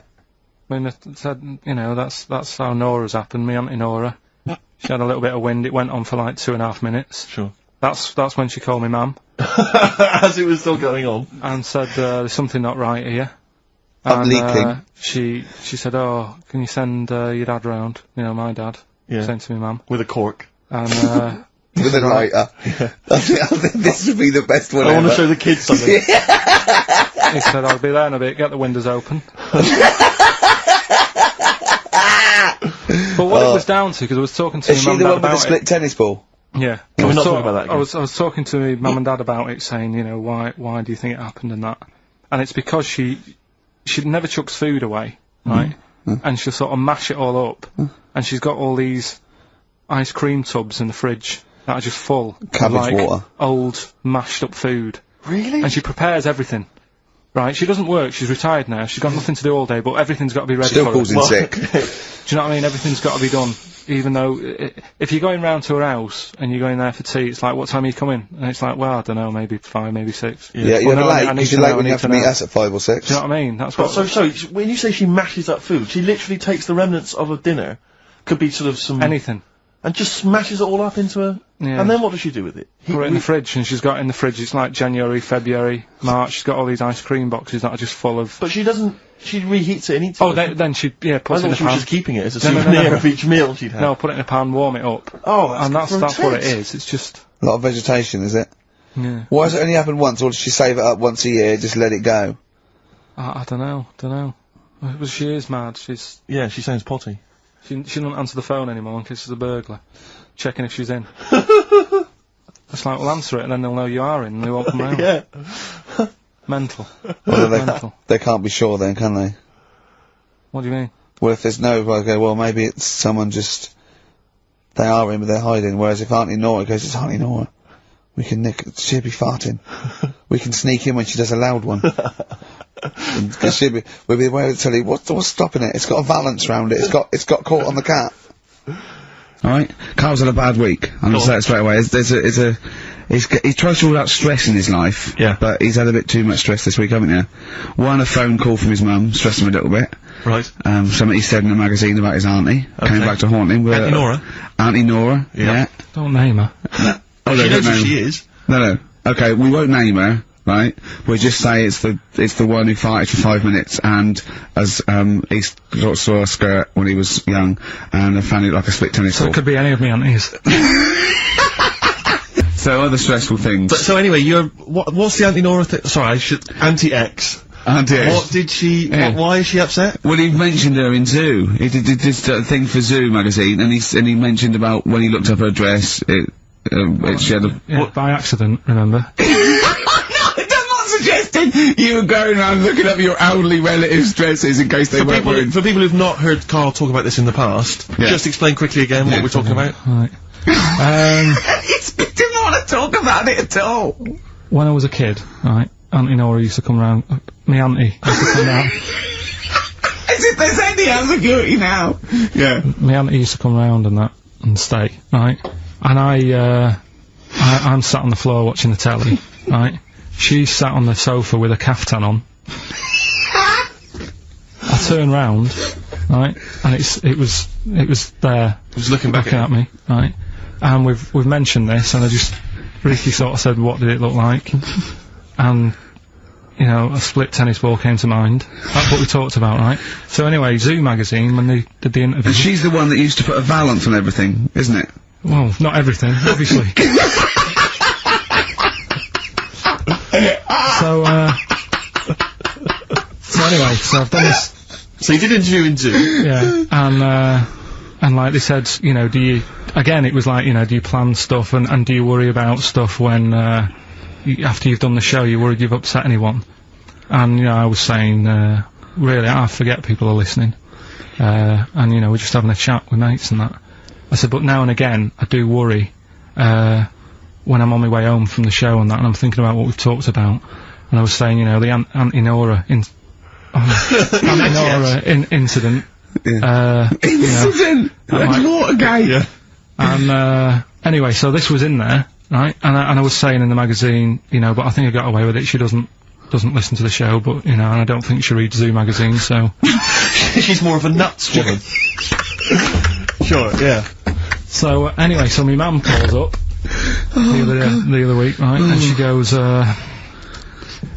wish you wouldn't, you know, talk about Auntie Nora and that.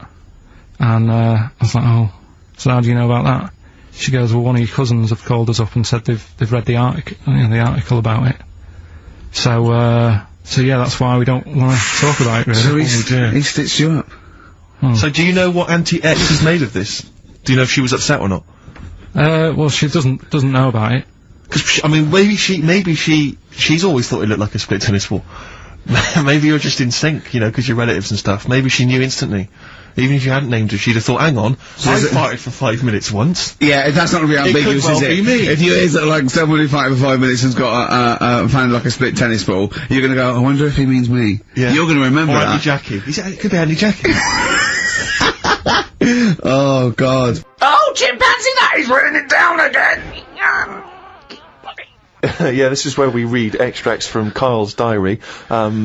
We've had to wrestle it from him. He's never happy, but, you know, that's the way it goes when you're doing, a show as popular as this. And I'm going straight now to this entry. My mum phoned and said that me Auntie Nora, classic Auntie Nora, wanted me to look on the internet to find out what the weather will be like in Spain at the end of November.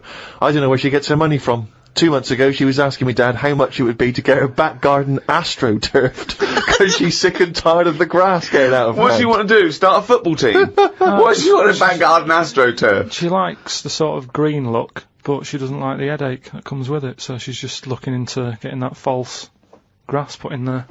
Brilliant. Don't know how much it is. They always say when you get someone a present, you should buy them something they wouldn't buy themselves. Daft rule. I want something I would buy myself if I had the money. When I was young, me Auntie Nora got me a present I wouldn't buy myself. It was a t-shirt with her face on.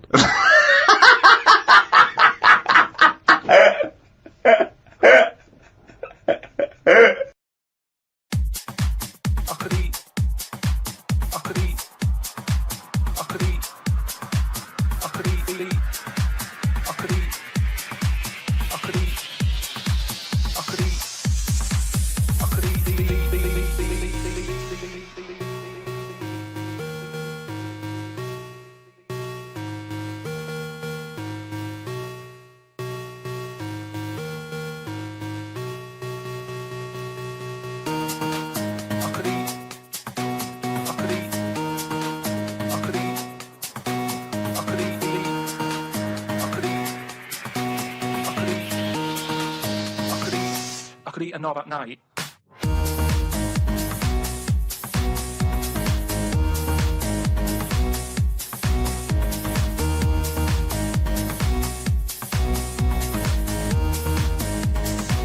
I could eat a knob at night.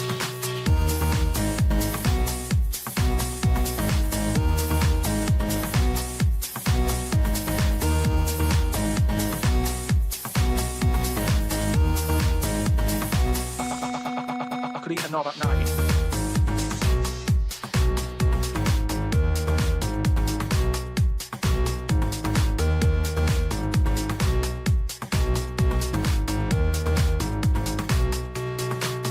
Do you know what I mean?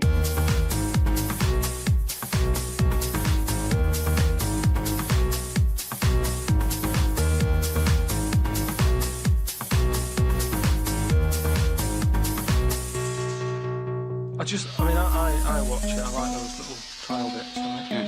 But what I don't think people realise is, right, it is hard eating a little kangaroo knob.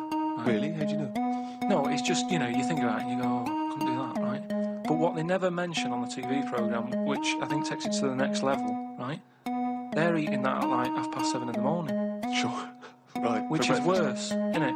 Do you know what I mean? If I was there and Aunt Deck said, right, Carl, eat a knob, I'd go, hang on a minute, give us a few hours, let me get some rice and that on my belly, and just sort of fill me up a little bit more. I'll pop back at about 6:30 this evening. Right. I'll be ready. And I'd be happier then. It's just that thing of, you know, you don't want to get animal genitals on and then do something. So what are you saying? I'm saying like I could eat a knob at night, but Just cut that out. We'll loop that.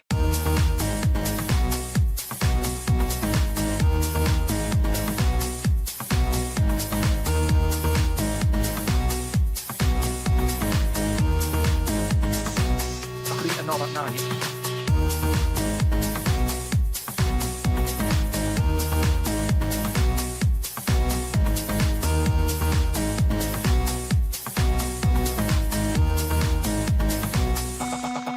I could eat a knob at night.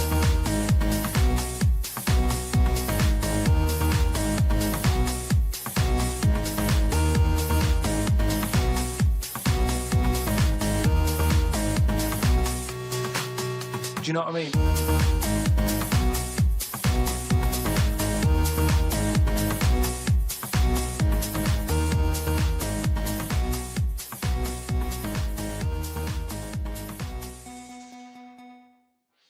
Hey there, welcome to the Drawing Codex. In this video I want to do a simple drawing lesson covering one thing. How do we draw the figure from different angles? How do we draw it from above, from below, etc.? This is one of the biggest challenges that faces the artist at the outset, and even when you're well into your artistic journey, it can be a real stumbling block. And what I want to do is give you a few really simple exercises and ways to think about this so that you can practice.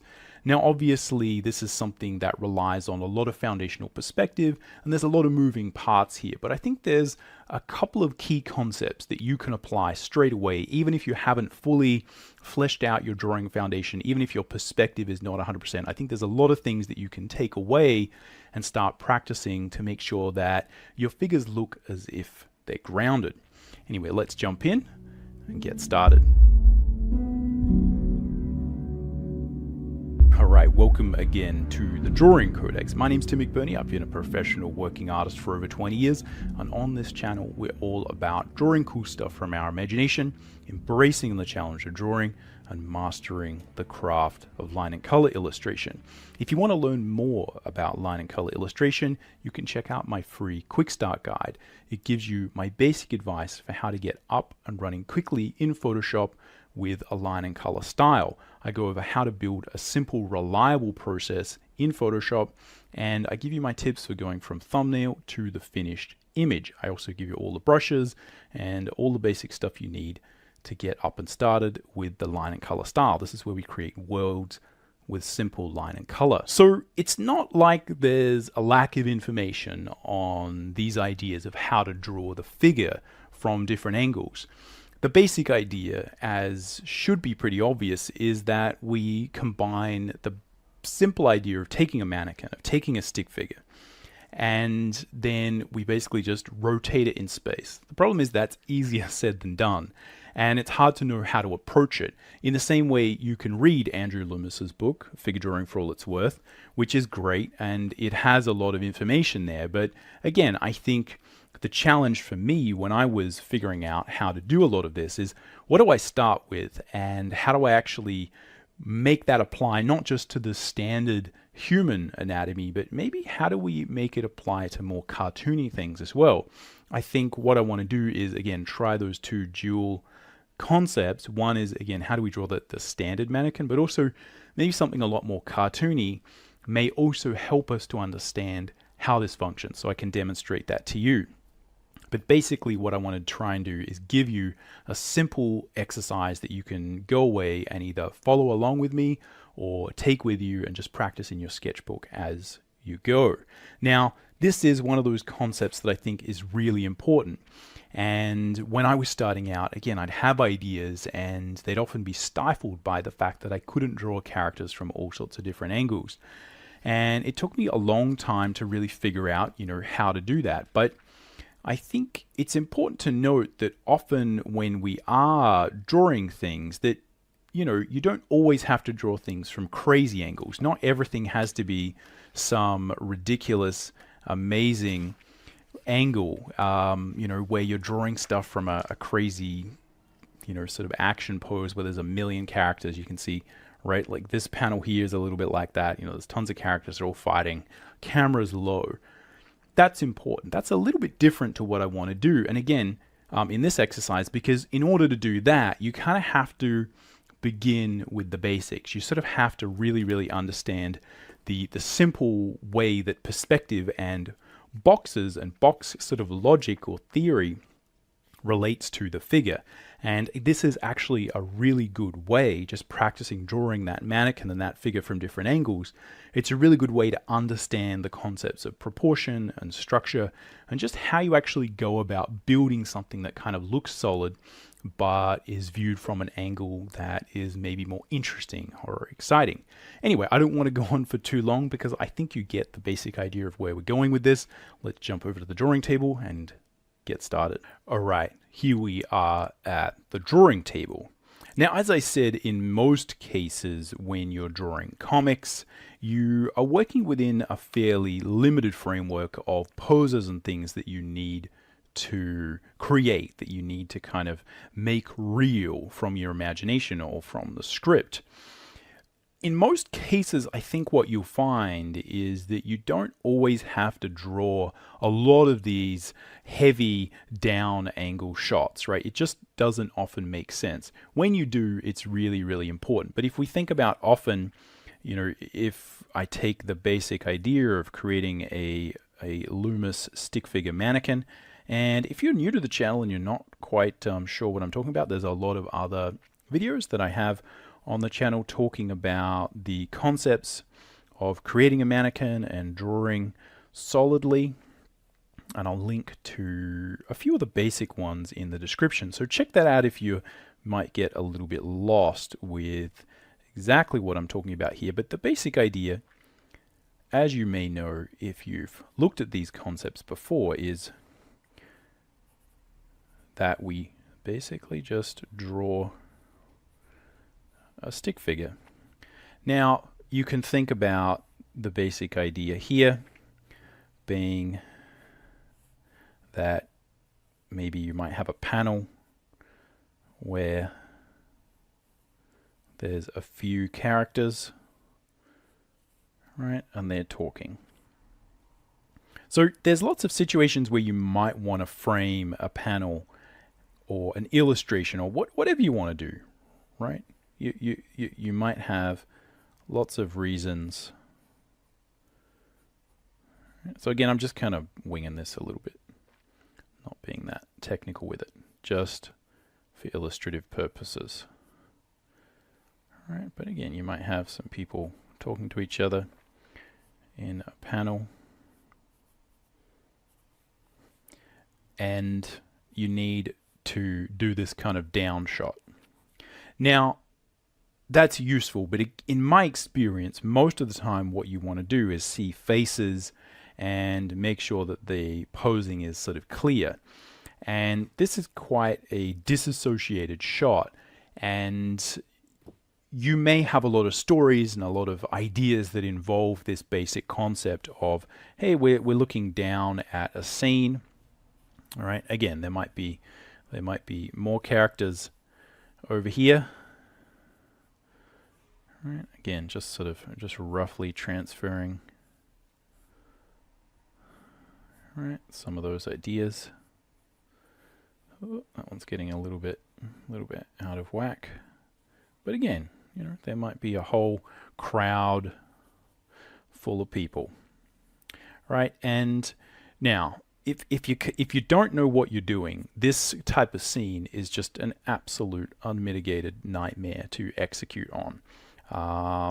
So it is really, really important to kind of understand your basic perspective and all of that stuff. It'll really, really make your life a lot easier, and it'll make these kind of things a lot more fun. In most cases, though, I do want to point out, because I think it is super important to remember that in most cases, we're just dealing with minor variations, with minor tilts. So, and this is just my experience, but again, this is just practical advice if you're thinking about this. Often this is the thing that terrifies me, right? I wake up in a cold sweat as a young artist, sort of thinking about, please don't make me draw this kind of scene because it's just too hard. But what I found in most cases is that, yeah, there's a couple of things, right? You can see this scene is a little bit like that. We've got a few characters kind of from above. But the idea of having to draw extensive scenes where, you know, there's all these sort of dynamic angles, maybe in superhero comics there might be a little bit more of that. But in most cases we're dealing with looking at faces and fairly simple shots, which is very, very similar to what you would look at in a film. We're often choosing shots for clarity so we can read the character's face. Again, in comics or similarly in an illustration, you kind of want to see the character's face. You want to see them fairly straight on. And I think in most cases, this sort of thing is not actually what you spend most of your time doing. And certainly if you're doing illustrations, primarily often what we're talking about from a compositional standpoint is, it's frequently involving characters who are pretty front on. You know, if you deal with your classic sort of pin-up character, right, it basically is some form of this. Now, it might involve a lot of twisting of the figure, but not a lot of this need to make it grounded and draw it from different angles. But I feel like this idea of just learning how do we draw the figure like this, and then how do we do the opposite of that, which is draw it from below, right? Go here, same stick figure idea, boom, boom.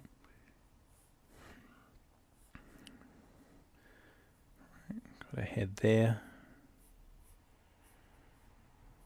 right?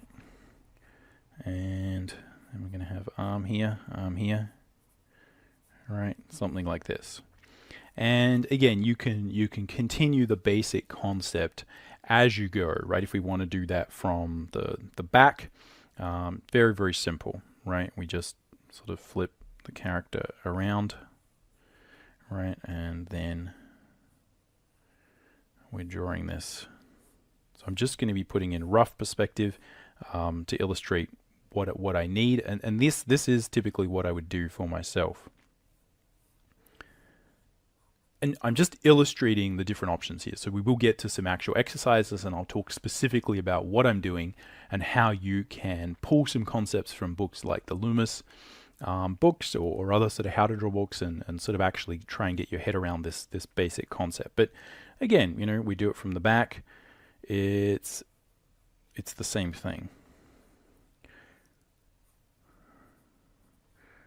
All right. So here, the face is like this.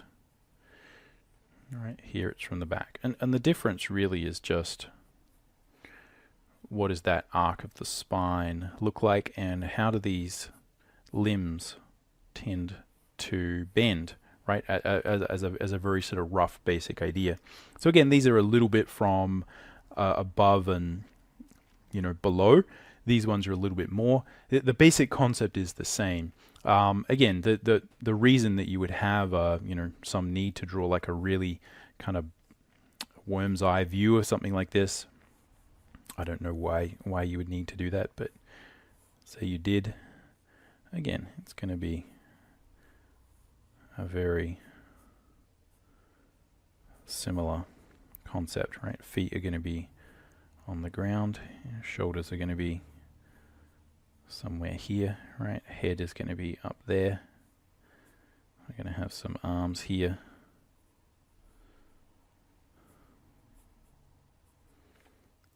Right. So again, sorry that guy's got a little bit squished, but again, it's the same idea. It's just a matter of how much exaggeration is there on this perspective grid, if that makes sense. Let's see if we can do better on that head. All right. See if we can find the form of that torso a little bit. Head goes there. Yeah, might look, that's a little bit better. But it's all the same idea. What we're doing is we're taking the basic concept of a skeleton or a mannequin or a stick figure, and we're just drawing it from different angles. As I said, the problem is that's its own challenge, and that really is what I want to talk about in this lesson and show you is how do we combine the concepts of box logic or drawing simple geoforms, which again is very, very much linked to this, and how do we find some exercises and things you can do so you can jump in and start practicing this. All right, so if we look at the pages that you might find in a traditional drawing book that are going to be related to this concept, it's often at the beginning, and it's where we link up concepts of perspective. So you can see here some great illustrations of how the concepts of proportion and perspective and just lining things up are going to work in 3 dimensions. So this is really what we're dealing with, is the idea that if we understand the basic proportions of the mannequin, which you can find in some of the additional videos I've got that I'll link below so you can check those out. But again, I'll go over them super quickly in this video so you can just jump in if you need. And then it's just simply a matter of understanding how perspective works. A lot of it does involve this simple concept of thinking of a plane and how we derive some simple proportion from that plane. All right, so the task is pretty simple. What we need to do and what is good to practice is just practice drawing space or a line that your character is going to occupy. And what we want to do is find these proportional markers. The one that I think is the most important to find, and the one that you can practice finding, is the halfway mark. And that essentially is going to divide the character around about the bottom of the pelvis or at the crotch area. This will also line up with the base of the hand. And this is a really, really important marker because, again, it basically divides the legs from the top of the figure. And this really is one of the major things that you're trying to do. So what you can practice doing is drawing that character in 2 dimensions, and then you can practice drawing them in 3 dimensions. Now, once you get a feel for the proportional division, it's a lot easier to add dimension. So if we, and again, I'm just going to be fairly rough with this, so apologies if some of these lines don't match up. I won't do this with a ruler because it's a little bit easier to just kind of see when we're doing it by hand, but some of these lines might not match up. The more accurate you can be with this, the better, and I'd say if you study your basic perspective with a ruler, it'll really help you to make sure you're not making errors based on simple errors of the hand, let's say. But either way, it's important to understand how accurate you need to be with these lines. So even if you're not using a ruler, you have to understand how likely are you to gauge proportion in 2 dimensions. If you're having trouble doing it in 2 dimensions, then it's very tricky for you to just magically turn that into 3 dimensions. So just remember that. The first thing we're going to do is just figure out how do we draw that character in 2 dimensions, and we're going to divide the mannequin up into 1 proportion and 2 proportions. As I said, basically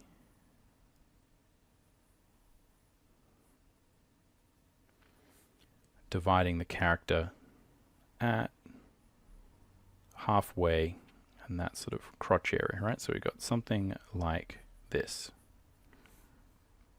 Now, as I said, I've got more videos that talk about this in detail. But this should illustrate the basic point. So what we need to find is these set of proportions. We got 1, 2, 3. So 1, 2, 3, 4 at the top. And we use these to define essentially where the head is going to go up top, where the top of the shoulders are going to go, and where the sort of normally this line is a really good line for where the breasts or the nipples are going to sort of go, again halfway up the arm. And this bottom of this third marker is where you're going to have your navel and the bottom of the elbow. Down below, we're going to again divide this second proportion in half, and we've got 1, 2. The top is going to be the top of the legs, and the second one is the bottom of the legs. We've got some feet down here. We then know that the hand is probably going to come a little bit above the knee, normally 1 hand length above the knee, somewhere again around there. And that's the simple 2-dimensional proportion. Again, what we're doing is just making a stick figure out of this concept here. So this is where just, potentially copying these things or studying these or having some, you print out a version of this on your, computer or something like that, print it out, stick it up on the wall. It really helps to kind of make sure this stuff is fully imprinted into your memory. So it's important here that we find this halfway point. This division is really, really going to help. And again, you can fully study the figure, you can fully study all of these, but this is really the first exercise that I think you should apply. And this is the primary exercise that I think will really, really help you to just understand how to draw the figure from different angles. So in this case, if we transfer that proportion, right, so I'm sort of drawing it as a plane here, but this is just roughly to kind of illustrate things. Now I can guesstimate roughly where halfway up there is, but this is what we're dealing with when, right, and we can divide that up. Right, we can divide that up. This is where thinking about those proportions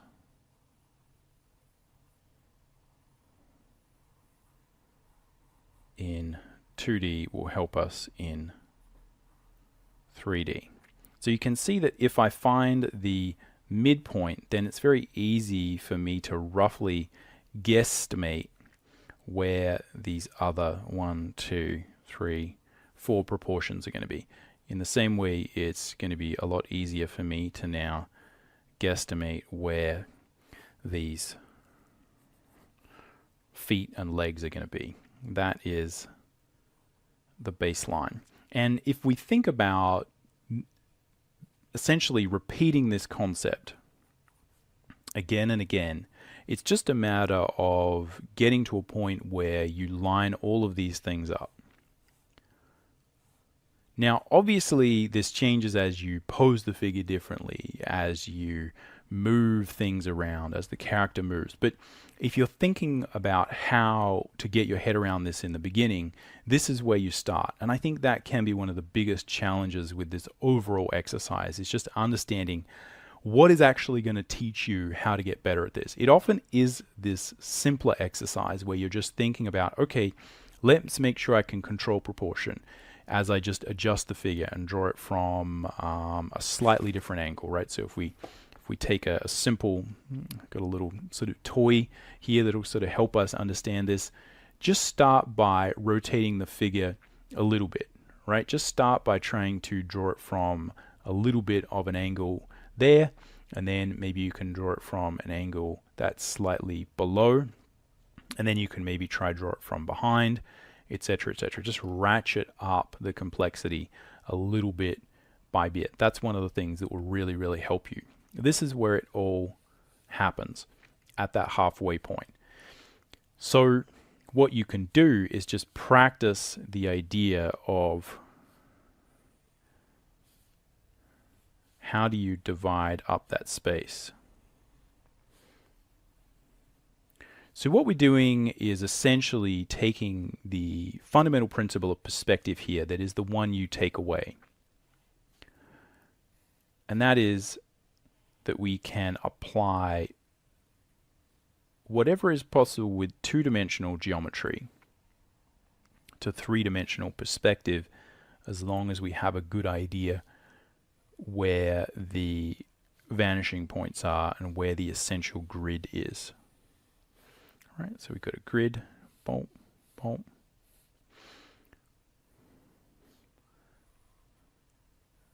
So I can do the same thing here because these corners don't move in two-dimensional space, and I can draw a line between them, and then I know how to divide up that space.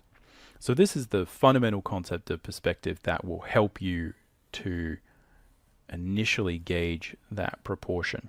So we can think about this, right? If we have like a lot of extreme exaggeration, we still can find halfway up.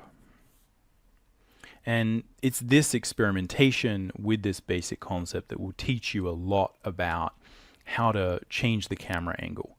Now, behind this is the concept of the perspective grid, which I think is its own challenge.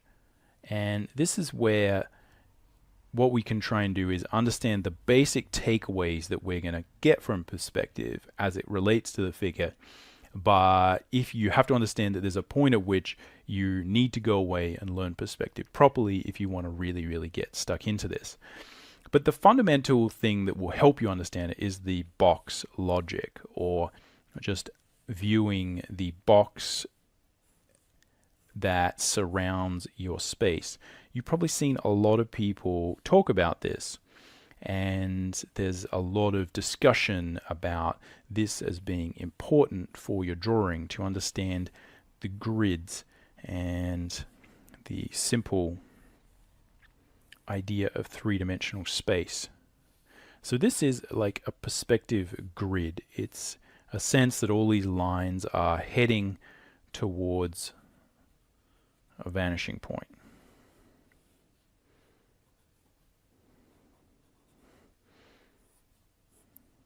And again, I'm just being very rough. Now, what we're trying to do here is increase our ability to visualize three-dimensional space around the character. And that's really all you have to do. What you have to do is imagine that as you rotate the cube, the figure rotates. As you rotate the figure, the cube rotates. And don't worry too much about the rest of perspective. Again, the more you can understand about it, the better. But at the outset, what we have to think about is just this simple concept of where these lines might be, and just make sure that as we line things up, things like our feet, things like our shoulders are lining up with each other. Now, again, that will change as the hands move, right? As the hand moves up, as we pose the character, obviously all of that changes. It's really important to start and again get your understanding of the initial perspective right though, because it's very easy to move things around once you get the character feeling as if they're solid. So the first part of the exercise is, as I said, just study and get good at dividing up space with different grids. I actually have a whole video on this basic concept that is talking about how you draw straight lines. And one of the reasons I use a grid as a good way for you to understand how to draw straight lines is because often the reason we're drawing straight lines is to draw a grid. So the concept of physically being able to draw grids is super important. But what you do here with the figure is just draw some different grids and then try and figure out where the halfway point is. Again, that's not a very good one. Keep going, keep experimenting.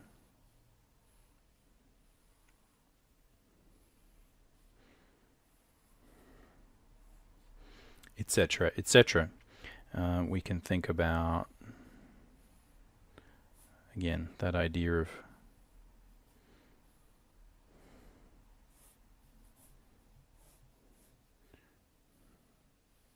drawing a character where we're at a worm's eye view or a bird's eye view, whatever it is. The most important thing initially is really basic. Just get that initial halfway point there. Once you do that, everything else becomes easy. Now, how do we sort of connect up the figure with this? Because I'm sure a lot of people are, at this point, sort of tuning out because this seems boring. And I think that is one of the biggest challenges, is understanding how this relates to what you want to do and why is it important. Well, obviously, once we get this right, we can then start to apply it to everything else. If we don't get this right, everything else is kind of a waste of time. All right, so how do we actually apply that? What I want to do mostly is talk about how that is applied and show it to you and give you a few little tools so that you can copy along, maybe try this with some of your characters or start to think about it. The goal here is that the more we can connect up figures and characters and interesting things with the topics of perspective, the more you're likely to get really interested in perspective and improving your perspective. If you can directly translate and apply the concepts that you might learn by studying 1 point, 2 point, 3 point perspective, etc., at improving your technical drawing, then you can directly say, hey, now that I know that I've got this a little bit more accurate, that means the lines that I'm going to use to line up my character are going to be more accurate. I think that is the goal here. It's really easy doing drawing lessons to get lost in the weeds about perspective and form drawing and the concepts of boxes. So what I'm going to try and do is, again, just show you a little bit more how I do this so that hopefully you can get interested in learning the perspective if that's something that is lacking. And we can do some more basic perspective lessons on the channel as well. Let me know what you'd like to see. So the way that I start by this, and the way that I would apply the concept of those Loomis books to drawing and drawing the mannequin, is as follows. Let's start by drawing a character from above, as I was doing before. The most important thing that I think we can start with is just the center line. The center line is the thing that really helps us to anchor the figure. And this is similar to this center line here that is holding up the skeleton figure. This is an imaginary line running directly down the center of the body. And we can kind of really use this to figure out where that character is situated. So here we can, let's define some fairly sort of benign perspective here. This is all I'm using. So you can see this is actually similar to a box, right? If we think about a box being like this, what I'm drawing is this. Right, so I'm drawing the center of the box. You can imagine if there was a line there and a line there and then a line directly down the middle. That's kind of what I'm thinking about here.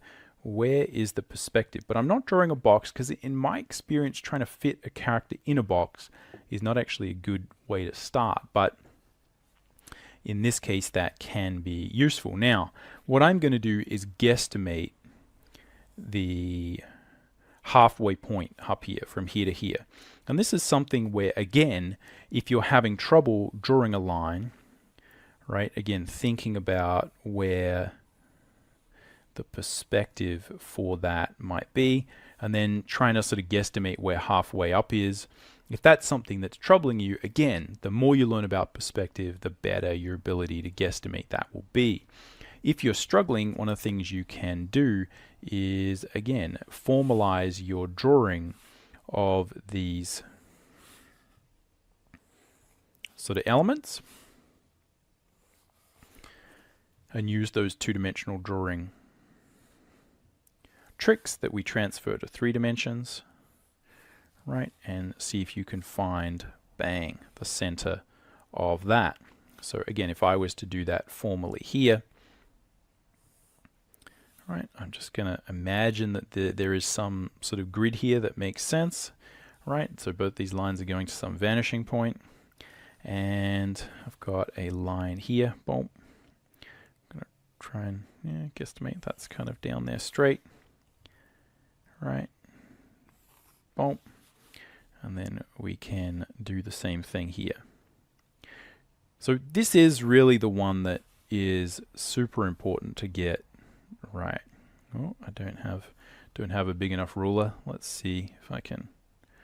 I'll sort of see if I can guesstimate it kind of there. I think it's somewhere. Look, it's. Don't do that at home, people. Get a longer ruler. But I think this is going to be. It's pretty close. It's somewhere around there. So that is pretty close. Again, my guesstimation. And if we were to look at the vertical distance here, right, that's kind of 19. Half of 19 is somewhere around here, 9.5. So it's actually sort of like pretty much visually and measurement wise exactly the same. Now that's going to change depending on how much extreme perspective you get. But what I would do if you're thinking about drawing characters from above and different angles is just start with something basic like this. If you start to get to the point where you're thinking, oh, drawing characters from above equals really, really distorted grids. So it's not just that we're drawing the character from above, right? It's that we're drawing these kind of really extreme perspective shots.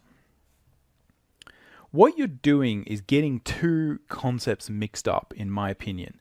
One is the concept of the camera angle and how much distortion there is and how much exaggeration in the grid there is, from the concepts of lining things up and thinking about where the camera actually might be in relation to the figure. It's a lot easier to start with very low distortion. again, it's very easy here to jump into a whole another subject of camera lenses, etc., etc., etc. The point is that you can draw a character, again, like a small character that's like fairly far away. There's not going to be heaps and heaps of distortion on this figure because, again, they're fairly small in relation to the camera. With a much larger figure, right, that gets really close to the camera, right, we can sort of take this really close to the camera. Sorry, it's going to get blurry, but you see the closer to the camera we get, the more distortion you get, right? So again, sorry it's blurry, but you get the basic idea. The camera angle is relating to what we're dealing with here in terms of extreme perspective. Now, that's something where the more of this extreme perspective you do, the better you'll be able to relate this to this. But when you're learning, stick with this. Just make it a very simple grid where you don't have a lot of distortion. Once you've done that, you can ratchet up the complexity. Super, super important. And again, if you're struggling with some of these concepts, as I said before, go check out some more fundamental perspective exercises. A lot of those you can actually see and study within those Loomis books. And again, I will make some more in the future on the channel. So the basic concept here is, again, we've got these proportional markers, and I'm just going to guesstimate, right, some lines going along here. Right, and we can also visualize some sort of lines going here that might sort of help us. And then we've also got, we're sort of halfway up here. Oh, yeah, maybe let's sort of guesstimate that. Try and draw a line. And what we're doing is adding just a very, very simple modification of our sort of initial Loomis proportion and sort of drawing, where we learn to draw the mannequin like this.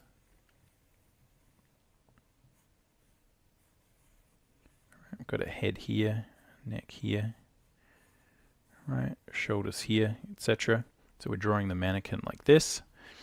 What we're doing is we're taking these lines which don't have a lot of distortion on them, and we're just making sure that we draw them from different angles. That really is all that's going on. Just because you don't have extreme distortion in your perspective doesn't mean it isn't in perspective. That really is just related to the lens and where we're seeing characters from. Again, if you think about going back to that, sketch I had before where I had a bunch of little characters on the ground, normally that's going to be taken with a camera lens that's quite far away, taking a big sort of scenic shot from afar, and you're not actually going to have a lot of this distortion. This type of distortion is going to be much more prevalent when you've got the object really, really close to the camera, and there's going to be a lot more distortion there. So just keep that in mind. Now, this is still perspective, even though it's not ridiculously distorted. What we're trying to do is get used to lining up the character and drawing them from above and below. So here we're just going to do above, and hopefully I'll do a quick one below, and then we'll do a quick little sort of more cartoony character to show you how you apply the same basic concepts to something with a little bit more different proportional set. A little bit more of a different proportional set. So again, the reason I feel like focusing on the center line is important is that really is literally at the core of what we are trying to do. So I've got 1, 2, 3, and 4, and here I've got, right, I've got my 1, right, 2. So what I know is that here, right, I'm going to have my sort of pelvic probably a little bit higher, right? We're going to have the pelvic bit here, and this right rib cage is actually going to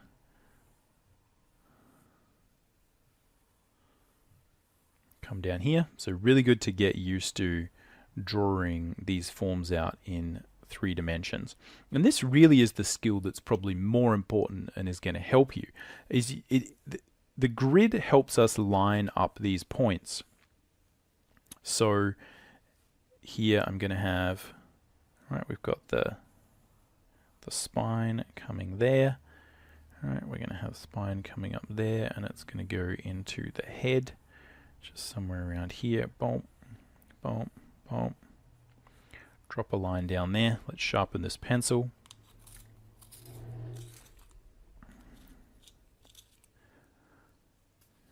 Alright, so we've got our head here.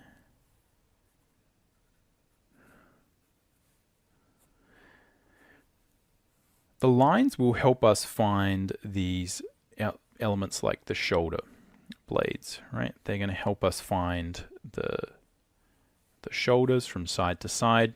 They're going to allow us to line up, again, the concept of where the hip bones are going to be. But you can see that having this concept of the center line is something that's really easy to keep us honest, because we can trace the spine, we can trace the which goes directly up the figure, and we can use that to help us find these different elements, and that, you know, just immediately will get us a lot closer to having something that feels symmetrical. And again, what we're after now is we've got this grid this way, right? We sort of have a grid this way. We don't really need it for a lot of things. But this is where, again, you can line things up and try and imagine where we have symmetry. Now, if you wanted to get more technical with the symmetry, you could try and do more technical perspective work to mirror. Again, I'm just going to eyeball. And what I would suggest is you just keep trying to eyeball it until you get sick of eyeballing it, and then go and learn how to measure it. Go and learn how to do it technically in perspective. And it'll hopefully be a lot more interesting then, because then once you learn it, you can come back to this and you know that you'll be more accurate. As I keep saying, I feel like that's so important. It's important to fail here. It's important to try to eyeball. It's not a matter of like get to a point where you're a 10 out of 10 at technical perspective, and then you can start eyeballing. No, you know, you are always guessing. You're always drawing cool stuff. Again, that's my primary recommendation, is draw cool stuff and, you know, figure out what you need to learn from drawing that interesting stuff, and do a little bit of this type of more academic study where we try and apply these things, and then, you know, go apply it to your cool stuff, and then you go back and forward and back and forward and back and forth. That really is the sort of magical answer as far as I'm concerned. That's really what sort of worked for me, and that's what I find typically works with students, is when they're constantly combining those two things.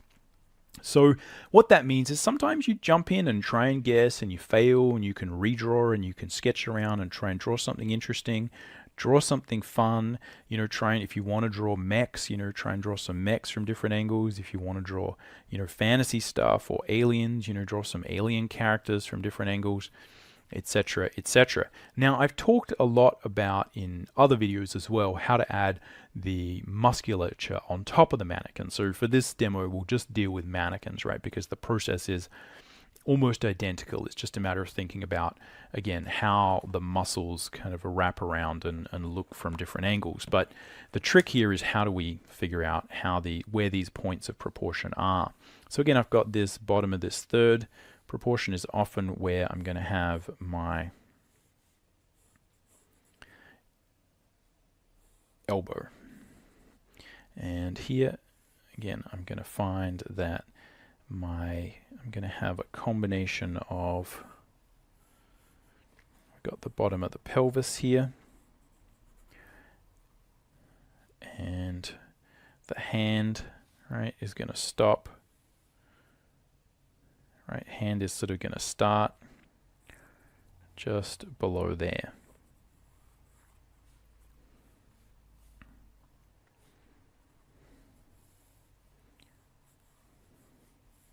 The elbow, right, hand is gonna, and this is where, again, what you'll tend to find is your intuition will be challenged.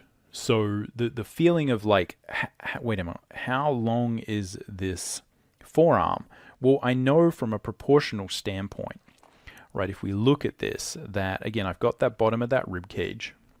Just look at this and check, because again, this is a major thing that will come up. I've got the bottom of the rib cage, All right, it's going to line up with that elbow. Now, it's very easy to figure out the depth and the length of these things when you're just drawing it flat on, but it's very easy to become challenged and accidentally draw stuff too long or too small or whatever. Just kind of, you just get tripped up and you're no longer able to engage your normal natural drawing intuition. So it's important here to double check and remember your proportions. We can see again at the bottom of the pelvis there, that's kind of where the hands start, and the hands then go down, and they're kind of, you know, ending about halfway up this bone, or about, as I often say, one hand length above the knee, or certainly the hinge point of the leg. So that is one of these things that's kind of quite tricky from a proportional standpoint to really get. All right, is understanding where these lines are likely to go. Right, so then we're going to have a line about there. Right, we're going to have a hand. If the hand was sort of extended, it would be about here. Right, if it was in a fist, it would probably be here. And here we've got the knee. Here we've got this. Now, this, I think, is often the biggest problem when it comes to drawing these things from different angles, is making sure that they connect with the ground. And more important, and probably the subject of a different video, is how do you do, as I was doing in that other sketch, multiple characters from the same angle and make sure they all feel like they're sitting on the ground plane. Again, this is where having a good sense of that center line will really help. If we know where that center line is, you can easily understand that the feet, you know, if they're just sort of planted normally, which is what I'd recommend initially to give them just a standard sort of pose, is they're going to be equidistant more or less in a standard pose from that center line. Now, again, the subject of another video is kind of how we modify the posture and get different feelings there.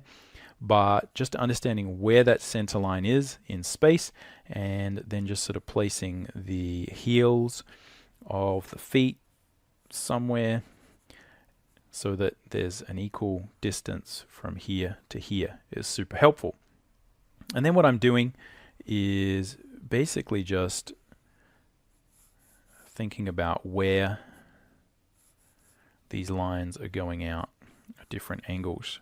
So you can think about that from a two-dimensional standpoint. If I'm looking down, right, here's this line on the ground, here's the center line, here's this foot here, and here's this foot here. And what I'm doing is I'm saying, well, the feet are kind of turned outward, a little bit like they are here. I'm doing it a little bit more exaggerated to make the point. But again, just visualizing the space, understanding the center, being able to measure, right? Again, it's the same thing. Visualizing the center line, measuring that space or guesstimating that space. Again, visualizing that center, understanding the points, right? So if we reattach our poor little skeleton's arm, again, this is the visualization we're trying to practice, is where's the center, where is the wrist sort of point, and where's the other wrist point, and just visualizing the distance. Having that center line there is super important, right? So this is what we're sort of trying to visualize. Points here, points here, points here. And really it is that simple. It's just a matter of staying true to the proportion, understanding how important the proportion is, understanding how important finding that middle section is. And what I'd say is not getting too lost in the perspective, just understanding that what we need is almost just parallel lines, right? Almost all I need to know is that, right, this line is kind of at like a similar angle to this one. It doesn't even need to be too much in perspective. I don't really even need these to be going to the same vanishing point. I just need them to kind of be almost in an isometric perspective to practice this. Again, once you start getting this and you're able to place these things accurately, I think that's when you'll be able to experiment a little bit more and take it to the next level. All right, let's try from below, because I think, again, what that will do is help us to just reiterate, do the same thing again, but we'll deal with a much more extreme angle. So we'll have a basic angle there, right? But a little bit of, let's put a little bit of an angle here, right? So maybe the horizon line is super low down, right? Here we've got our horizon line, and again, what I'm after is a sense of where that center is. So I'm just gonna, now again, there's a procedural sort of thing here, which is obviously, you know, I could draw a big box here, right? So I'm trying to find halfway here. It doesn't really matter how big this box is. That's not really the point. All I need to do, you can sort of draw any old size box. Again, I'm going to run out of ruler. Let me find a bigger one. This will solve that problem. So you can see here that it's going to find center right over here, but that does give me a really good indication of where that's going to be, because all I'm going to try and do now is sort of draw, if we sort of try and understand what's happening from a visualization standpoint, right? I've drawn this, right? And what I'm trying to visualize is where this one is going to go. Now, it's not going to go there, right? I don't want to draw it that way because that doesn't look like it's going to the same vanishing point. I want to draw it so that it feels like it's going to the same bump, same vanishing point over there, right? That's kind of what I want, right? And I want my horizon line to be somewhere there. That's kind of what I'm doing. Now, the line can be over here. It doesn't matter. What I'm after is where is halfway up this measurement, right? So if there was a line here or a line here, if I find the center between this line and this line, it will give me halfway up all of these lines. Hopefully that makes sense. Again, if not, it's a good example of how learning some more perspective may help. So here again, what I'm doing is, this is the bit that will derail you if we get it wrong. What I'm trying to do is figure out where I place this line. Now there's a really easy trick that you can use, and that is to just measure. This is another sort of easy sort of way you can do this to kind of help you guesstimate. What I can do is physically measure. Right here I've got, right, sort of roughly, that's roughly 20, so 10 is going to be halfway up here. And if we sort of take a measurement here, that's 16 and a half, so 8 and a bit, right? It's going to be somewhere around there. So if I kind of draw a line between these somewhere around here, right? Again, those things don't all line up perfectly. That's going to give me a pretty good indication of where halfway up is. Or you can just guess. Totally up to you. This is a really good way where you can start to apply these boring perspective concepts to your drawing, get a better result, get a better guesstimate, and make sure, again, you're doing that thing, building that muscle of applying the technical knowledge to something that's actually going to help you. The other thing you can do is you can try guessing first, and then you can do all of the things and see how far you get. You can see I kind of guessed about there, and it was a little bit down there. The point is that we want to get a feeling for where halfway up this figure is if we then start drawing the rest of these lines. Because obviously what I'm going to do now is divide up this top thing into 4 sections, and I'm going to divide this into half, and I'm just guesstimating at that point. Why? Because this is pretty accurate, and what you'll find generally with a lot of perspective is once you kind of key into it, once you kind of understand, like, oh, I get what's happening here, I've got a solid indication, I know these are true, then it's a lot easier for your brain to kind of guess the rest, if that makes sense. You kind of have the framework and the rest kind of fall into place. So again, I've got some of these lines going here. I'm not drawing them that accurately, but it is the same idea. We're going to have And what I'll do, and what I suggest to do is kind of just rough it in first, right? I'm going to have here sort of pelvic stuff here. There's going to be a rib cage thingy here. Again, they're going to sort of line up a little bit. Again, you know, the side of the rib cage will kind of line up with the pelvis. You kind of have that. Boom. Right. It helps me anyway to sort of visualize the spaces a little bit, right? Take those sort of jelly bean, take those, where's a good place to draw here? Take the jelly beans, right, and add dimensionality. Right, just think about, like, where is the three-dimensional space there? Let's draw through, right? Let's try and define that space. I'm going to have a spine that goes up like that. It's going to come back behind, right, from the spine, comes back, sort of curves in. Oh, sorry, let's get that closer. Curves in on the small of the back, goes out, and then comes in. That's that sort of arc that I'm trying to visualize.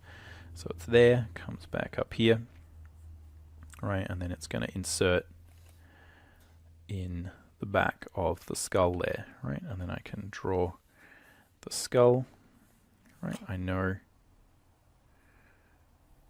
right, I can define dimensionality within that sphere, etc., etc. And here I've got, again, some shoulders. Right, going to place those shoulders. Again, visualizing. Right, got sort of a neck here. Again, I feel like those shoulders could be a little bit, again, a little bit more on that line.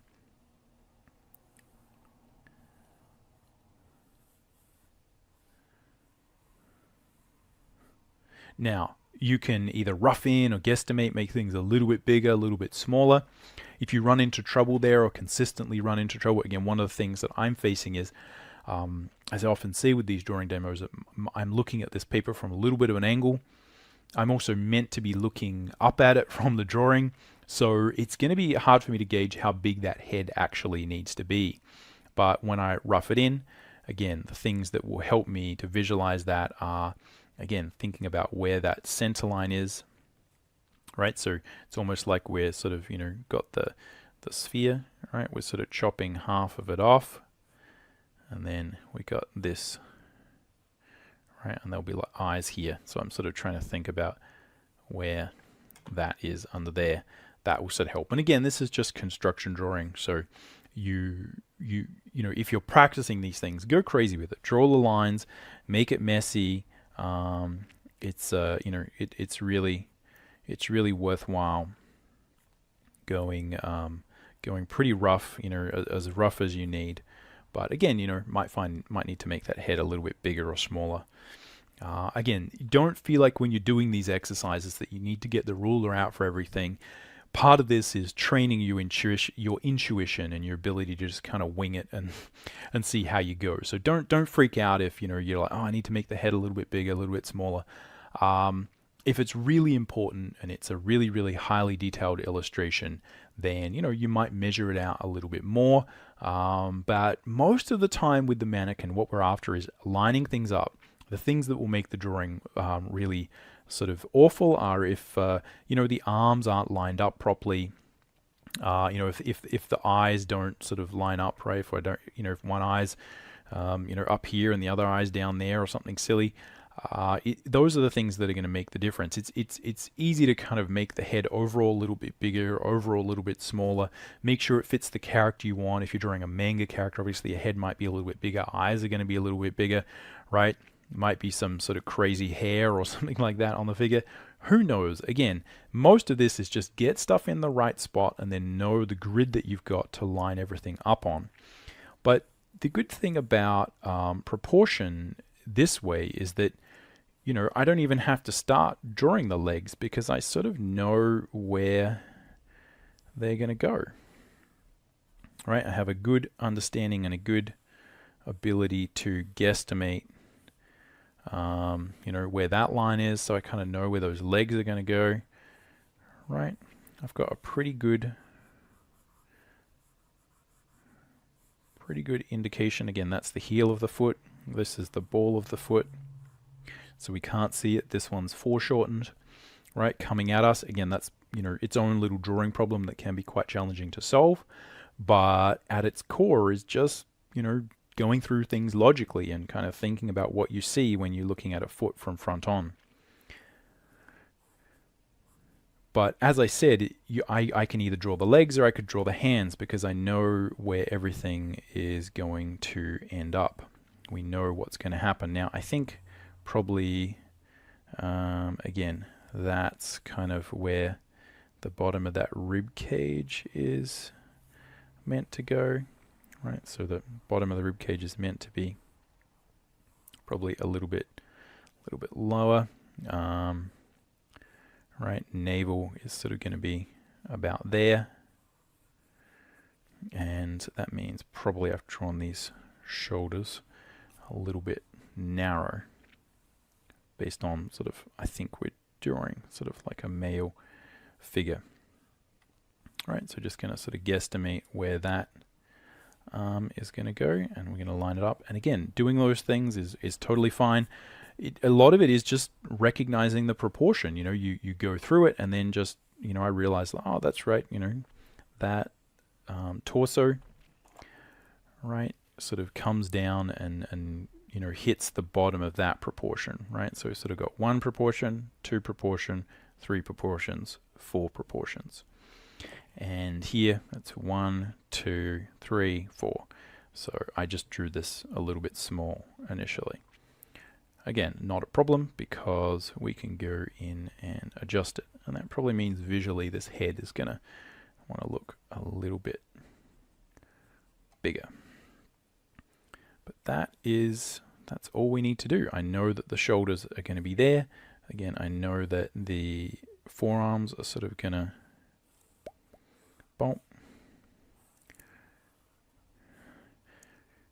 be about there. And as I said, we probably draw these shoulders a little bit lower. Shoulder there, shoulder there. So as I said, it's totally fine to experiment, to push and, you know, play with these things, make the shoulders a little bit bigger, a little bit smaller. The goal is for you to understand what's happening, be able to troubleshoot. If you make a mistake like I did there, then, you know, you sort of know how to fix it. And mostly that you're just lining things up. So just remember, we're trying to line things up. Got the elbows are lined up, the hands lined up, the knees lined up, etc., etc., etc. I'm finding center, right? Center of that, right? Shoulders, boom, boom, boom, boom, etc. So again, same basic idea, very simple to apply. Practicing it can be a challenge, right? You've got to keep trying. You've got to keep playing with these things. It's very easy to make one mistake, as I said, you know, oh, this proportion's wrong. And the trick there is just fix it. Play around with fixing it. Fixing it is just as important as getting it right in the beginning. All right, we'll do one more little demo where we talk about a more sort of cartoony character, and we'll apply the basic same concepts there. Again, just to reiterate and sort of talk about how you can apply these perspective things to anything. All right, so same idea, but let's draw a little character that maybe has some different anatomical things, but we'll apply the same basic concept. We'll draw it from above. So again, what I'm doing is sort of setting a grid that way, and then I'm drawing some kind of line to help me figure out what's happening with the character. But in this case, mostly what I'm going to do is just discuss how we can use the concepts of form drawing to experiment. So here I'm going to have some sort of those hip bones, but in this case, let's draw something that maybe is a bit more like a dragon or some little character who is a little bit more cartoony. So dragon sort of creature. Right, in this case, I'm going to draw, think about where that's where the center is. I've got Right, we're lining things up. What I'm going to do is line up, that's where the knees are lined up, and then I'm going to draw one of these sort of animalistic legs. Right, so let's transfer that over. Here I've got, again, from side to side. Right, there's the center. Right, we've got this here. Got that there. We're just drawing points in space. Here I've got my pelvis. Let's see if we can find that. This is tricky because we've got a lot of foreshortening here. Right, and then I've got this over here. Where's it hit the ground? Hits the ground kind of over here. So really what we have to think about is what is the line of, where does that hit the ground? Right, and how do I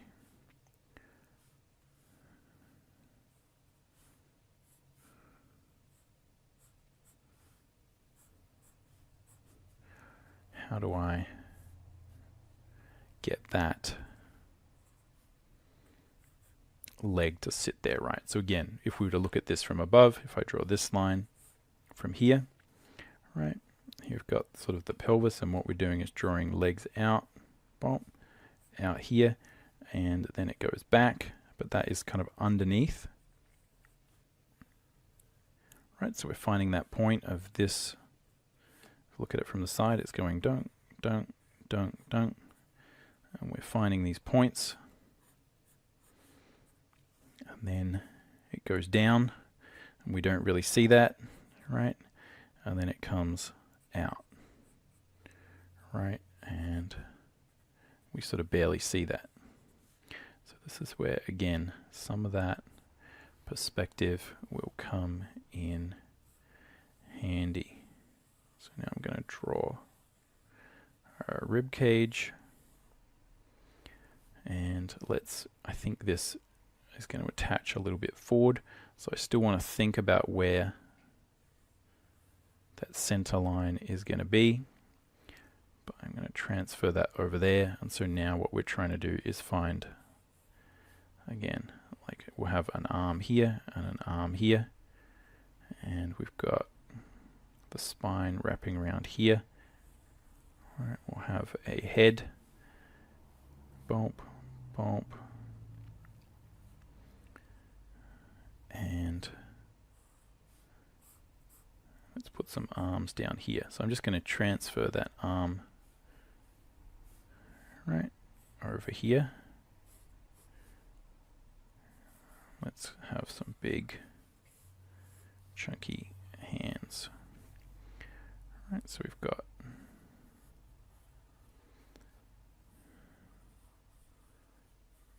a mannequin like this. Hopefully you guys can see this, and then we'll go, let's extend out.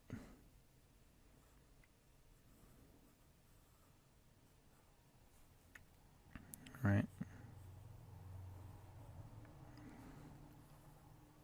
Again, this is not a great design, mostly just because it's good to see all of these things working. Right, so we have a neck here, then we're going to have a tail. Now we find the tail by finding the point on the ground. Right, let's trace from there. We can think about what's happening here if we think about the side. Right, got pelvic bones, and then this is coming up here, right, curving around, boom. And at the front there we've sort of got the shoulders, and then this is continuing forward. Right, we've got some sort of thing there, and what's happening is this is the ground, and what I want is the tail to come down here. Right, although in this case it looks like it's coming a little bit more like that. So hopefully you can see how, again, we can practice, and again, hopefully you can see how that is going to turn into some sort of fantasy character that might look interesting. Again, just to sort of nail home the point, if we can sort of erase some of that out, and maybe, put some extra sort of musculature on it so that you can see. right, if we have some sort of arms like this,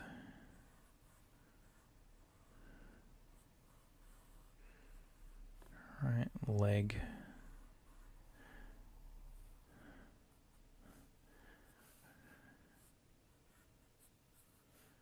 and here we'd have, again, some sort of toes.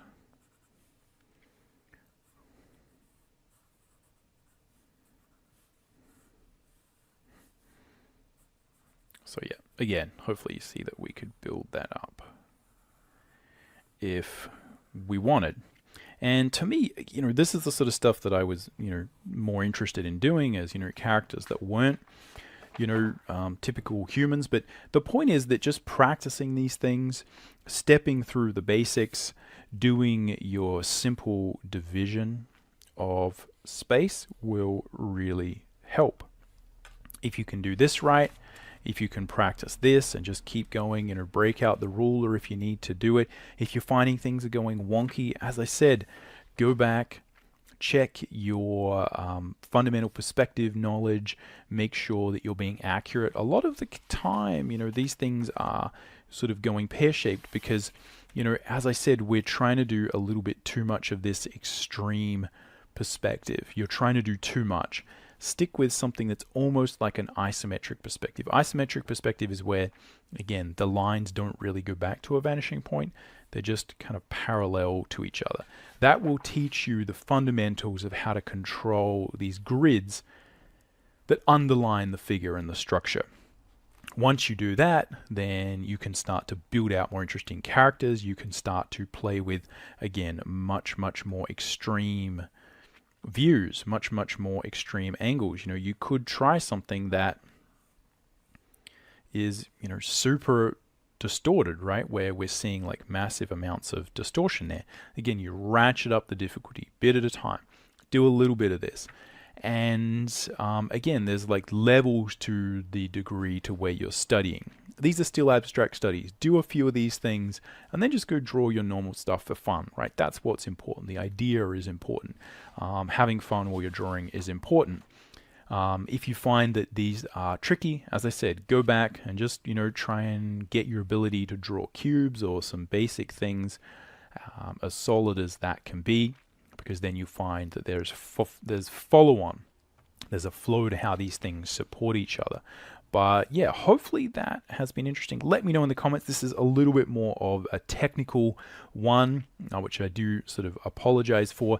And the real challenge here is that I think both as a drawing teacher and as a student, what I remember, and I still find this kind of frustrating, is that it is hard to know where to approach this from. There's 4 or 5 things that you absolutely need to get right in order to start rotating these figures around and drawing them from different angles, and there's no linear way you can do it, I think, that gives you some amazing solution where you just do A, B, C, and then all of a sudden it magically works. It's a progression.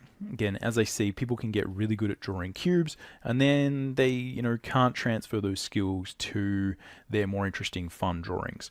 And likewise, if you just kind of keep doing this, but you don't study the perspective, then, you're going to find it a little bit harder to draw these things from different angles, and it's certainly going to take you a lot longer to get those things sorted. So it's a matter of doing all of these things and trying to figure out where they fit into your art journey, where they fit into your particular way of doing things. And I think the most important thing is to look for failure. Look for places where you aren't understanding things, but jump in first. Don't be afraid. It's okay if you try these things and they don't work. Don't freak out. Just step back and say, hey, what do I need to learn? Which fundamental thing am I not getting? Am I just completely not lining these things up? In many cases, it is just one of the biggest problems that you'll face is just people will be trying to draw these kind of lines and they're not even remotely going to the same vanishing point. There's a lack of accuracy. So that's where, again, just building your ability to draw straight lines, to develop grids. Again, I'll link to that video in the description. Just making sure all of that stuff is solid will help immensely. But this is a long game. This is a long journey. If you're partway along the journey, then again, you probably sort of know that already. There's no trick. As I said, you've got to piece these things together in your subconscious mind a little bit at a time, and you slowly build structures that support each other. But I think what you have to understand is this does work, and you will get better at it a little bit by a little bit over time. So good luck with this. Let me know if you've got any questions or comments down below. And but that's all I got for now. We'll catch you around. Happy drawing.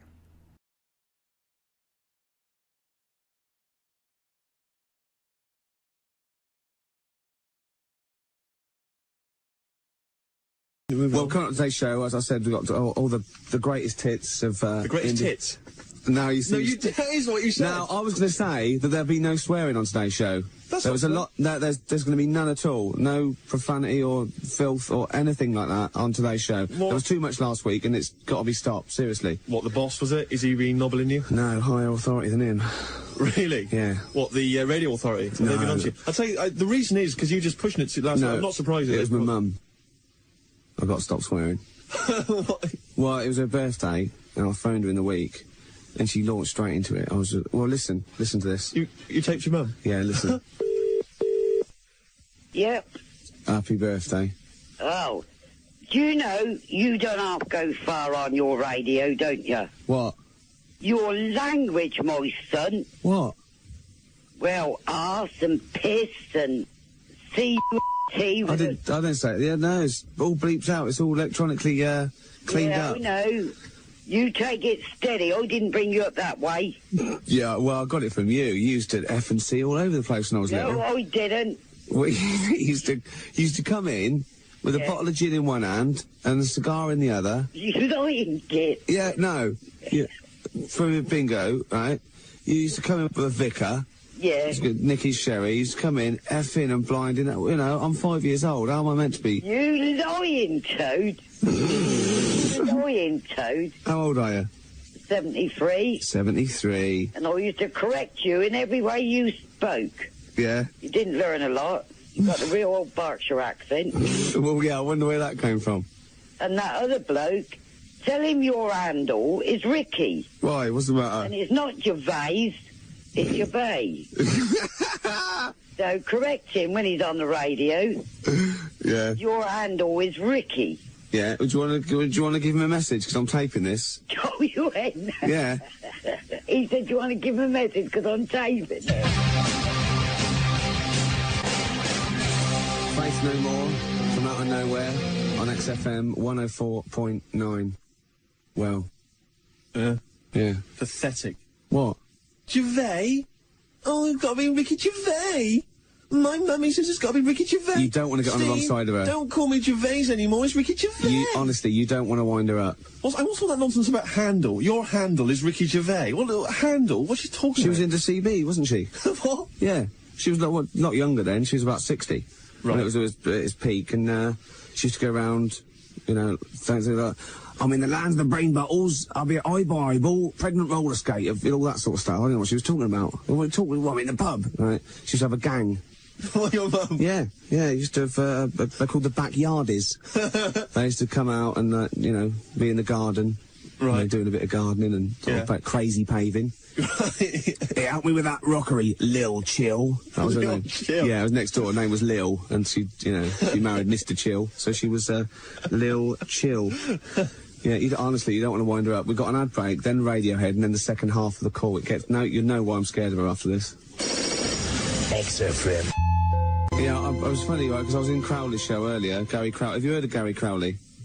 I don't know whether I have or not. Gary Crowley's a DJ. Oh. You better say yes, you have, because he's going to listen to this. I've heard of him, yeah. Yeah. What'd you think of him? Not bad. Oh. But listen, we've taped all your last 3 weeks. I'm just going to send it to Larry today. Yeah. For him to hear. Good. You go careful. You don't have to go near the bone. I bet you can't wait. You don't believe I'm going to play this, do you? Not if there's any swearing on there, you better not. Well, you wouldn't swear, would you? No. I never taught you to swear anyway. I used to correct you in everything you said and done. Yeah. Even to the teas in the water. You remember? And the teas in the butter. You've never had water? No. Unless it's mixed in with beer? No. Remember when you taught me to do the dustman's blow when you hold one nostril and blow it all out the others? You filthy animal.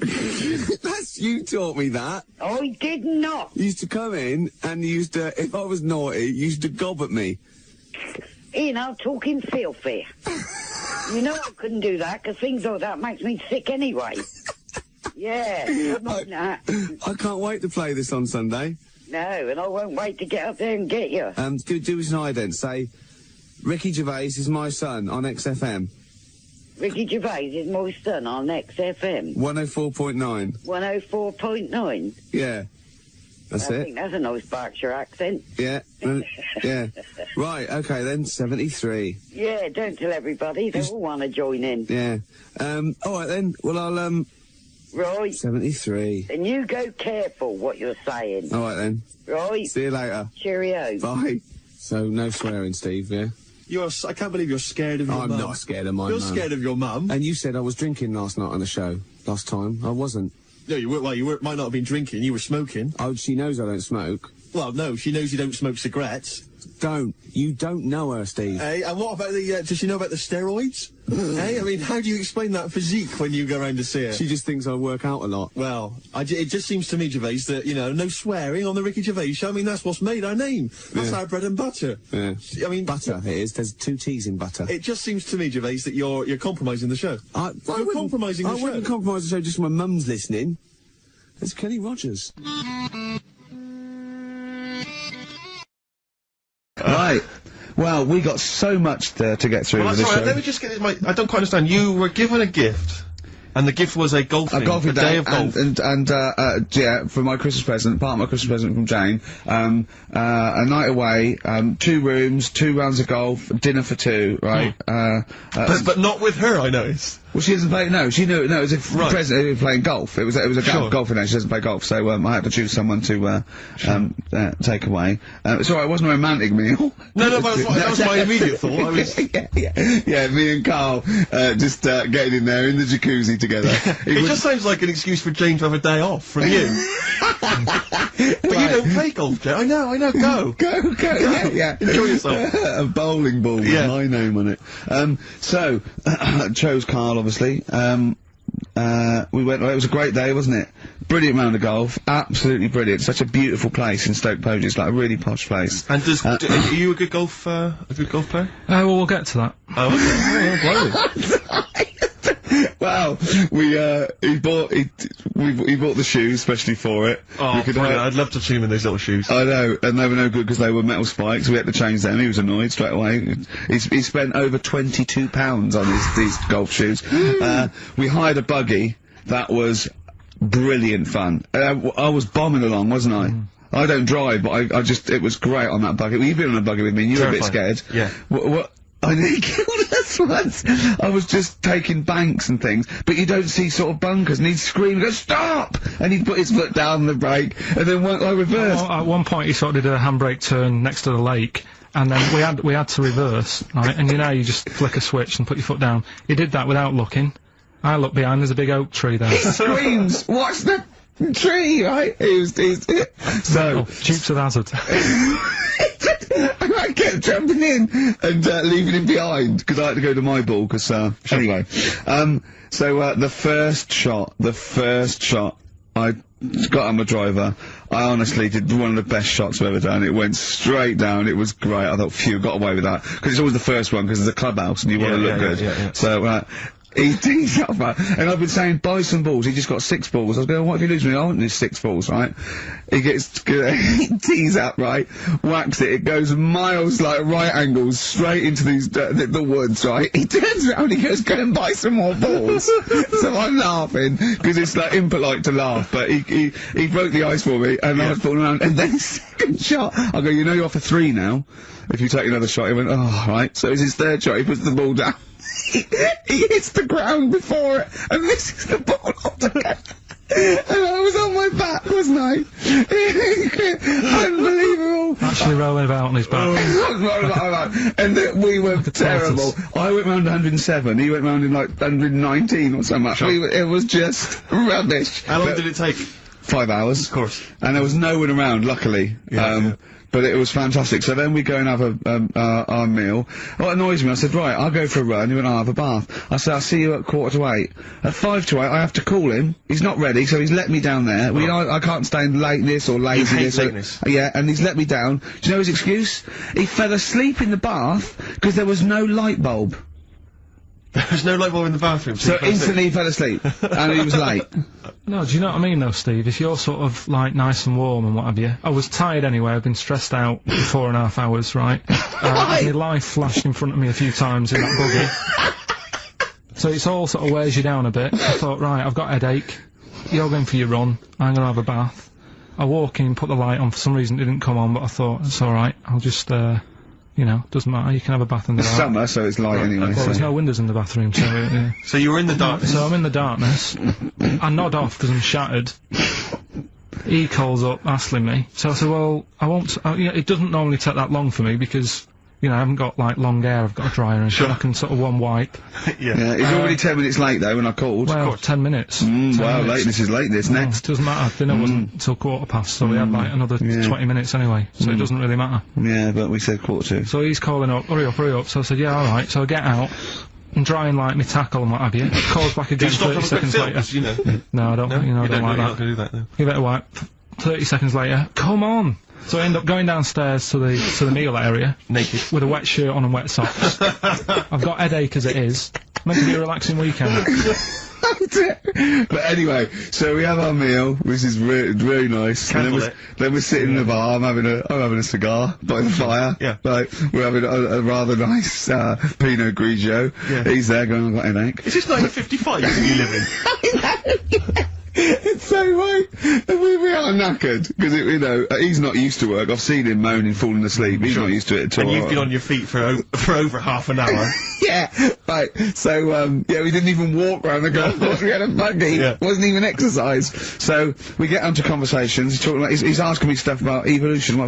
Tell me that. Why did the giraffe? What's that rubbish about the giraffe getting a long neck? I said, well, it didn't try and get a long neck. It was selected. And he said, but why would evolution do that? I went, well, you think that evolution didn't do anything? There's not this consciousness, there's not this will that a giraffe has to stretch its neck to reach the leaves. One had a long enough neck to survive and pass it in. He was going, yeah, but why did evolution... this isn't. But by the way, this isn't the most stupid thing. This is warming up. This is about 8:45. Right? He said, why didn't evolution make a giraffe good at carpentry so it could build a ladder? Right. Yeah. Okay. No. All right. Okay. So he's thinking around it. He's trying to pick holes in evolution. Yeah. We get on to. I said, well, things are. I said, we can see the speed of evolution in lower life forms like bacteria, viruses. They evolved. That's why soon we won't have an antibiotic that can kill some certain bacterial strains. And he said, and this was about 11:30. And I said, I'm going to bed. Right? He said, in the future, they reckon that you'll be able to wake up and eat a yogurt you can have a chat with.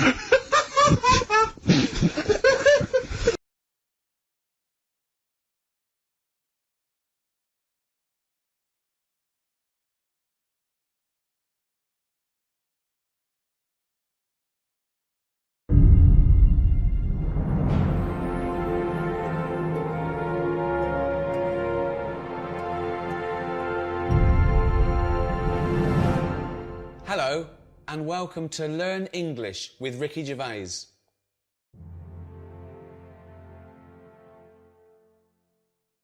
I'm Ricky Gervais.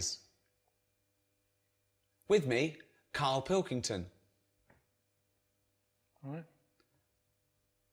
I won't be speaking your language, I won't be translating what I say, I'll just be speaking English, okay? The translation will come up on the bottom of the screen.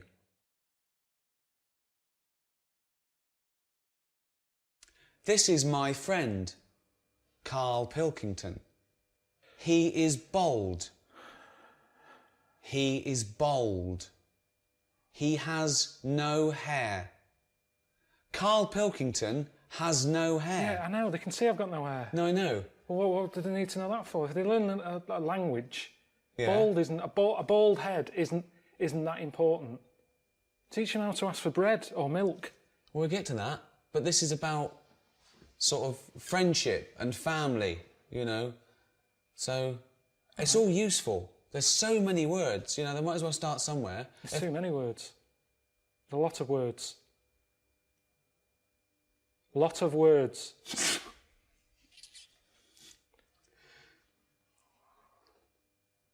So you say it. Karl Pilkington is bold. Karl Pilkington has got a head like a fucking orange. Right, I really don't know why they need to learn this. Because they might need to say that one day. No, but I get enough abuse now from English people. I don't want Chinese suddenly turning up going, "Bolt fucking orange." Teach them how to say milk. I need milk. Milk for tea. Coffee. Teach them useful stuff. Okay, well, go and teach them something then. Who am I talking to? People around the world, they can't speak English yet. So what are they... Well, Chinese Well, are the doesn't ones it do... Okay, what? I've been to China and none of them know English. Right. So they need to learn English. Okay. So, what would they want to know? You see, they don't need to know about milk because they don't like milk. They think English people smell of milk. They smell of milk. Smell. What does smell mean, Karl? Smell. Stink. Fucking hell, you smell. Rank. Rank. So you've got a Chinese fella, he's coming over here and he's learned the word rank, meaning you stink. Smell. Stank. Stunk. That stunk. Give an example. You smell. You shit. Why are you teaching them? Because you told me, you said they want to know about smell. Yeah, right. But why are you teaching them without prepositions and proper Why are you teaching them to speak like this? Stink, you shit. Why are you teaching them to speak to just speak proper English? Right, okay then. Always speak proper English. Okay, tell them. So what do they want to know? Well, what smell mean? Okay, smell. This is about... So we're featuring the word right, smell. Right. Smell. This is about the word smell.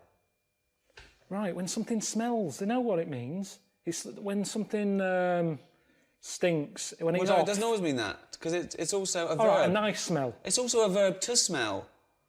It's a verb. Smell is a verb. Yes, but what they've got to remember is if they go up to someone and go, "You smell," it's not always positive. You wouldn't. You say you smell nice. Right. But if you say you smell, they'll get a smack in the face. Smack in the face. Smack in the face. Karl, what's a smack in the face? When someone thumps you. Thump. The worst English lesson ever. Right. Okay. Okay. What would they want to let you see? That's why we've got to focus on... Are we focusing on Chinese? No. Well, we should, because different people want different things. Right. So what would Chinese want? They come to England. Right. What do they want? Why are you talking to me like I can't understand Because English I'm now? trying to think what to be clear to them. Okay. So I'm dropping out... So forget where they come from, wherever they come from in the world, they all want the same things. No, okay? but words don't mean the same thing. At certain places, there's people where it stinks in the world. They wouldn't come to England and need to say it smells because they're from a smellier place. No, they're not. Yes, they are. Milk. Let's do milk. Okay, let's do milk for anyone who isn't English. Okay, okay, okay. We will act out a scenario now where you might need milk. Okay. Okay. Hello, Karl. All right. Would you like a cup of tea? Yeah. Yes, please. Yes, please. Strong. What tea bags have you got? That is a question I ask. because it all depends on the amount of milk. Do you have Thai fu? That means more milk. Thai fu does not mean more milk. No, it's a very strong tea bag. Right. Twinings, little bit. This isn't. They don't need to know the details. This isn't a travel guide. This is just. This is English for people who can't speak English. Start again. Okay. Hello, Carl. Hiya. Would you like a cup of tea? Yeah, I'd love one. I'm gasping. How do you like it? Strong, no sugar. Tea bag, okay? What? Yeah, tea bag. Yeah.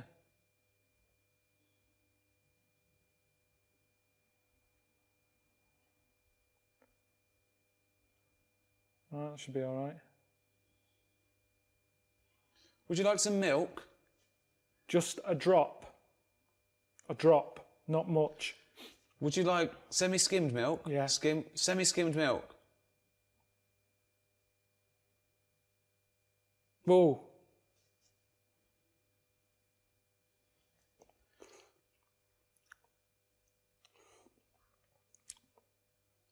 It's all right, that. Carl is enjoying his tea. He had it strong with a drop of milk. So, that's the basics. In England, we like to drink tea. We drink tea. We also drink coffee. We also drink beer. Let's go shopping. So, I'll just come into a shop, okay? Tring. Afternoon. Hello. Hiya. I want a fish. What sort of fish do you want? We've got loads. What sort of fish are there? Loads. I haven't got time, to be honest. You've come in at a busy time. And have a look and come back to me. And I don't know what type of fish is this? That's a kipper. Okay. A kipper. What's a kipper? Chinese and Japanese know fish really well. Okay. They don't need Stop thinking we're just talking to Chinese and I don't know where the Japanese came. It was just Chinese people. This is for anyone who wants to learn English. Anywhere around the world. There might be Spanish. There might be French. There might be German. Okay? Why do you only care about the Chinese learning about this? Because most Spanish people can speak English. They've been taught it.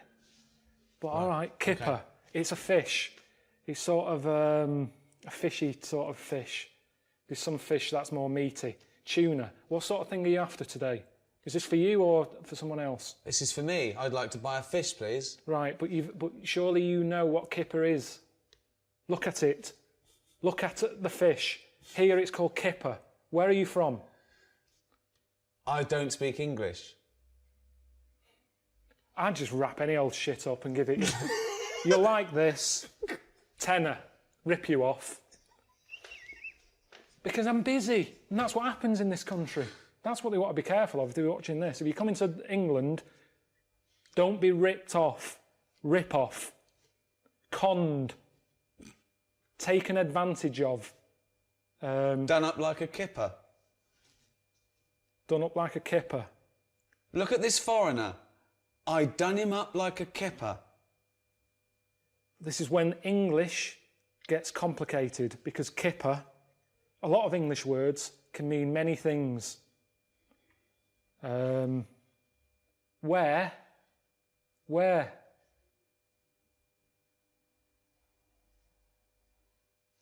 Same word, different thing. Wearing. Where have you been? I'm wearing a jumper. Where have you been? Where? Brilliant. One word, two meanings. At the spa. Hello. I'd like to book an appointment for a treatment. Okay. When are you thinking? We're busy all today. Tomorrow? Can we just do it today? Can it just be available now? Can't we just do it that it's available now? There's nothing... Well, all right, I can fit you in. Someone hasn't turned up yet, so we can get you in sort of in 10 minutes. Okay. Right. Okay. What would you like? I would like a back, crack and sack waxing, please. I would like my back waxed, my crack waxed, and my sack waxed. Right. Do you do the treatments yourself? No. I'd like you to. Well, I can't. Why not? Because I have to be on reception, taking calls. Well, okay. You can't request who's doing your sack, your crack, or your back. There's a woman in the back who does your crack. Well, This is fucking insane. Right, that's enough. No, I don't know what we're doing. fuck I off. don't know who's going to learn anything from this. Wait. Okay. Okay. Well, ask me some questions about. Okay. Well, I don't have to ask you any questions. I said you can be going in 10 minutes. Okay. I'm not doing it. I'm working. I'm not paid or qualified to be sorting your arse out. Wait. Okay. Actually, thinking about it, the hair on my crack hasn't grown back, nor has the hair on my back. But my sack is very hairy. Wait, my sack is very hairy. I don't need my back waxed or my crack waxed, but I need my sack waxed. Right. Now, I'm surprised you haven't done it yourself, because it's the back and the crack that's the difficult bit. The sack you can do yourself. Oh. And to be honest, it should all be growing at the same time. No. So there's something wrong with you. No. You've got a hairy bollock. When your back is lovely and bold. Right. You don't need it doing... Bold. Fuck's sake. My back is bald. Yeah. My crack is bald. My sack needs waxing. Right. It's quite an emergency. My balls are very hairy. Can I have them waxed, please? Yes. How much just for the balls?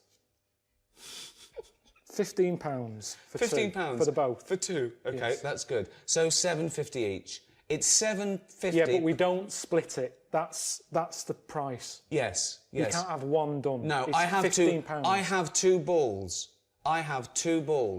How many balls do you have, Carl? Two.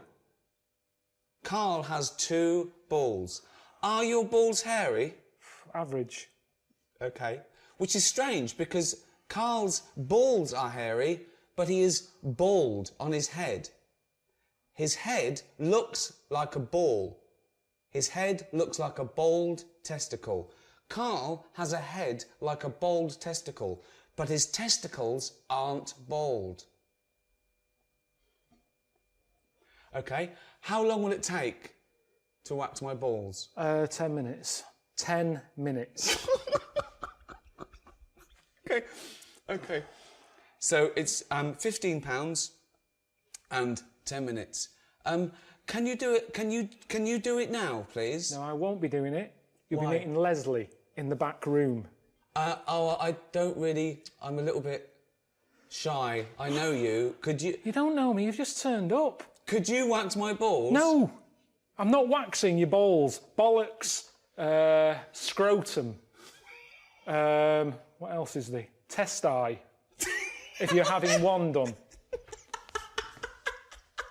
Bollocks. Sack. What else is there? Okay. Right, We've done done. that waxing. Okay. At the doctor's. Hello, doctor. Hello. I have a pain. Okay, whereabouts is the pain? My anus. Of course it is.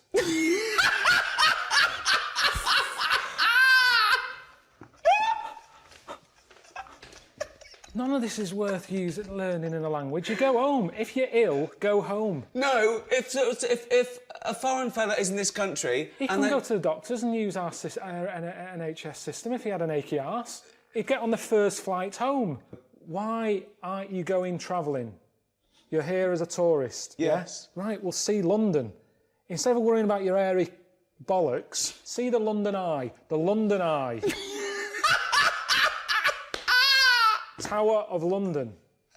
These are things that are going to be useful to them. Okay. Tower of London. London Eye. Buckingham Palace. The Queen. I've never been on holiday and had to have my anus seen to. I haven't had to have it seen to whilst I'm here, at home. Give them useful words. Fromage. Why are you teaching them a French word if we're teaching them English? I'm just saying useful phrases. Right. I've got a headache. Okay. What would you do? Okay. What scenario would you do to teach them?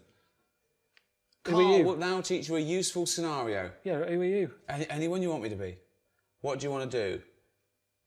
The bins haven't been emptied. Who? Okay. Who are you? You're making this scenario up. This so, is your. So who are you then? The council?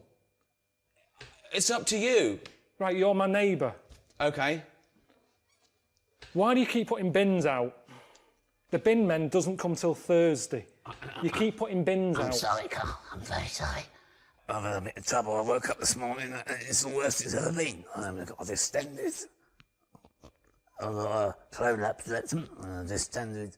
My testicles are very, very low because I'm old.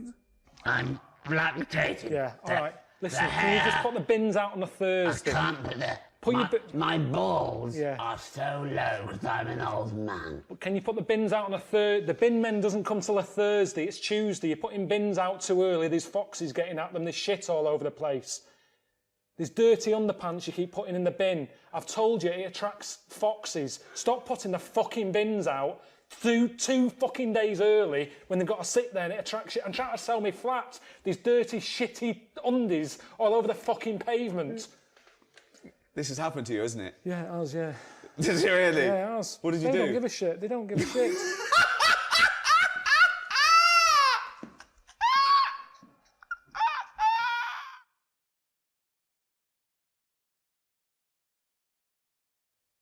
We hope that's been useful for you.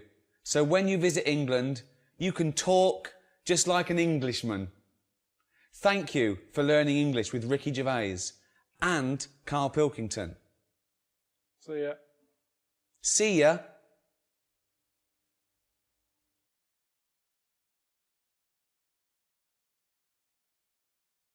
Time for monkey news. Can we have the jingle?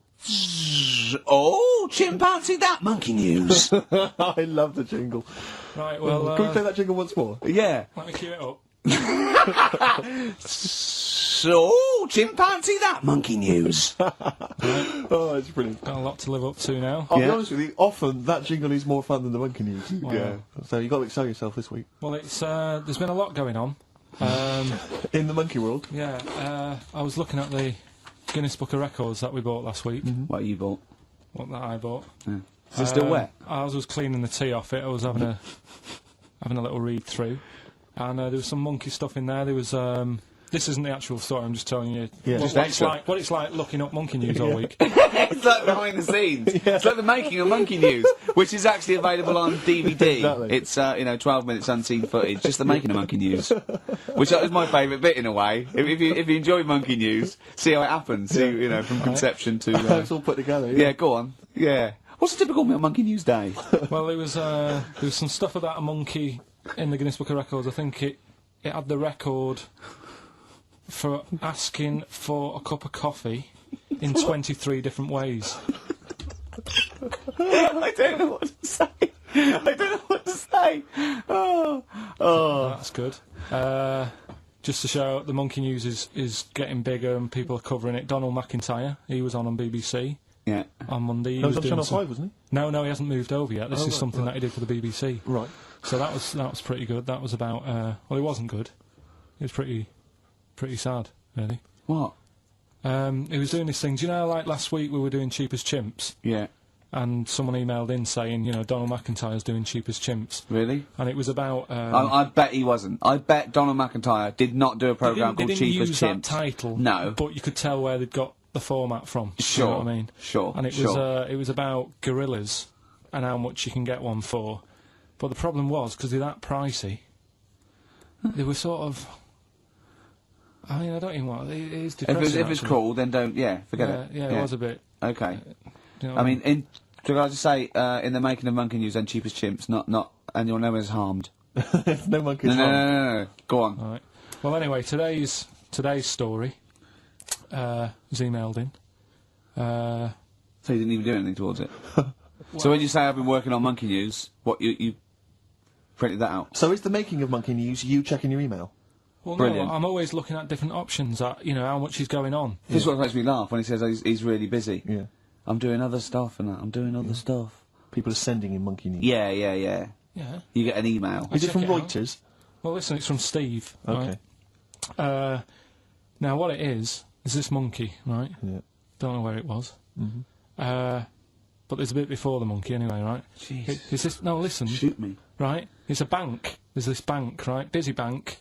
Normal day, everything's going normal, right? Busy bank, people going in, doing what they do, seeing about mortgages and stuff. Yeah. Everything's normal, everyone's happy, right? Yeah. So anyway, it's quite busy one day. Fella comes in with a gun and a balaclava on. Up to no good. Right, I'll tell you now, Carl.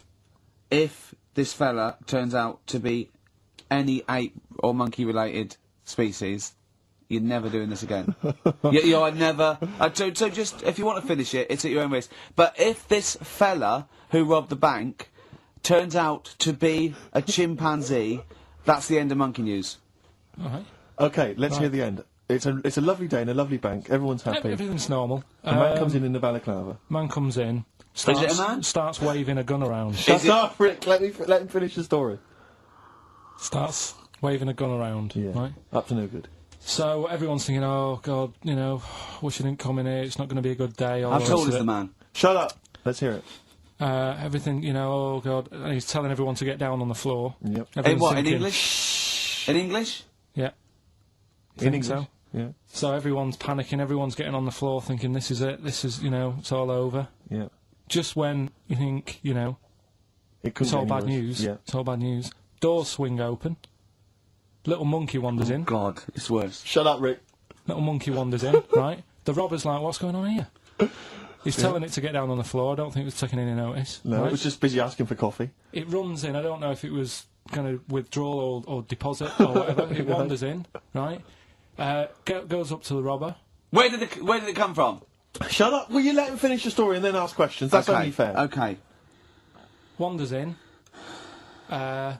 Runs up to the fella with the gun. Takes the gun and the bag of money off him. Everyone's like, yay, you know, we've been saved. Then the monkey starts backing out with the gun and the money. Shut up! Don't sit down and I'm not having this. And Here's the end of the story. It does a runner with the money and the gun. No one's seen it since. You are an idiot. I mean, you have said some stupid things in your time. What are you talking about? It's a story that happened. No! What are you talking about? What do you mean it backed out? It came in, was it an accomplice? Was it an opportunist monkey robbery? What are you talking? Think, Carl! Think! I know it's mad. That's the idea of monkey news. We're telling people how monkeys are pretty, you know, they're mental. Yeah, they're up to no good. What do you think? They've never seen the monkey since. What, did he have a getaway car waiting? Did he swing his way to freedom? Where was this? There's no details. Don't talk rubbish. Well, Steve emailed it in. He's got it off the net. And the funny thing is, Can I the see funny it? Have thing you got is, the information there? yeah, the funny thing is, it wasn't just him who sent it. I had that a couple of times. So a few people obviously read the story and said, you know, that'll be good for monkey news. It doesn't say anymore. It doesn't say if he went off to Spain. It doesn't say, you know, what, you know, if he's on Crime Watch. Yeah. It doesn't say any of that. It's just saying that's what he did. That's the story. And that's what monkey news is about. I've heard that they're making a movie version with Phil Collins. So I look forward to that and Julie Waters. So that's this week's monkey news. If you got any, you know, Well, anything no, don't bother. in your 'Cause town. that's the end. No, that is the end. That's the end of monkey news. No more monkey news. This is bit of Queen. It says it here in this email, Rick. It's got to be true. Right. We should just explain that the point we've reached now, obviously, we did the podcasts, millions of people became fascinated listening to our conversations with Karl, and now HBO have decided that that is worthy of an animation, and they've animated those conversations. You excited to be on the coolest channel in the world? Never seen it. Never seen it. No, but you've seen some of the programmes that our stable mates are incredible. Sopranos, Curb Your Enthusiasm, The Wire. Some of the greatest programmes ever made, I've Karl. seen them. So I've heard about them. People like them, but there's just so many of them now, aren't there? Well, it's classy, wins all the awards, just brilliant, up to date, cutting edge. Because we're up against some good stuff. Yeah, we're not up against them, are we? Well, is it better? That's that problem, isn't it? Is it better to be, you know, the small fish thing? Is it better to be next to a load of rubbish and people go, oh, thank God, something decent is That's a good saying. That's a lovely saying. Yeah. That's a lovely analogy and metaphor. Is it what was the saying? Is it better to be a small fish thing, or next to some rubbish?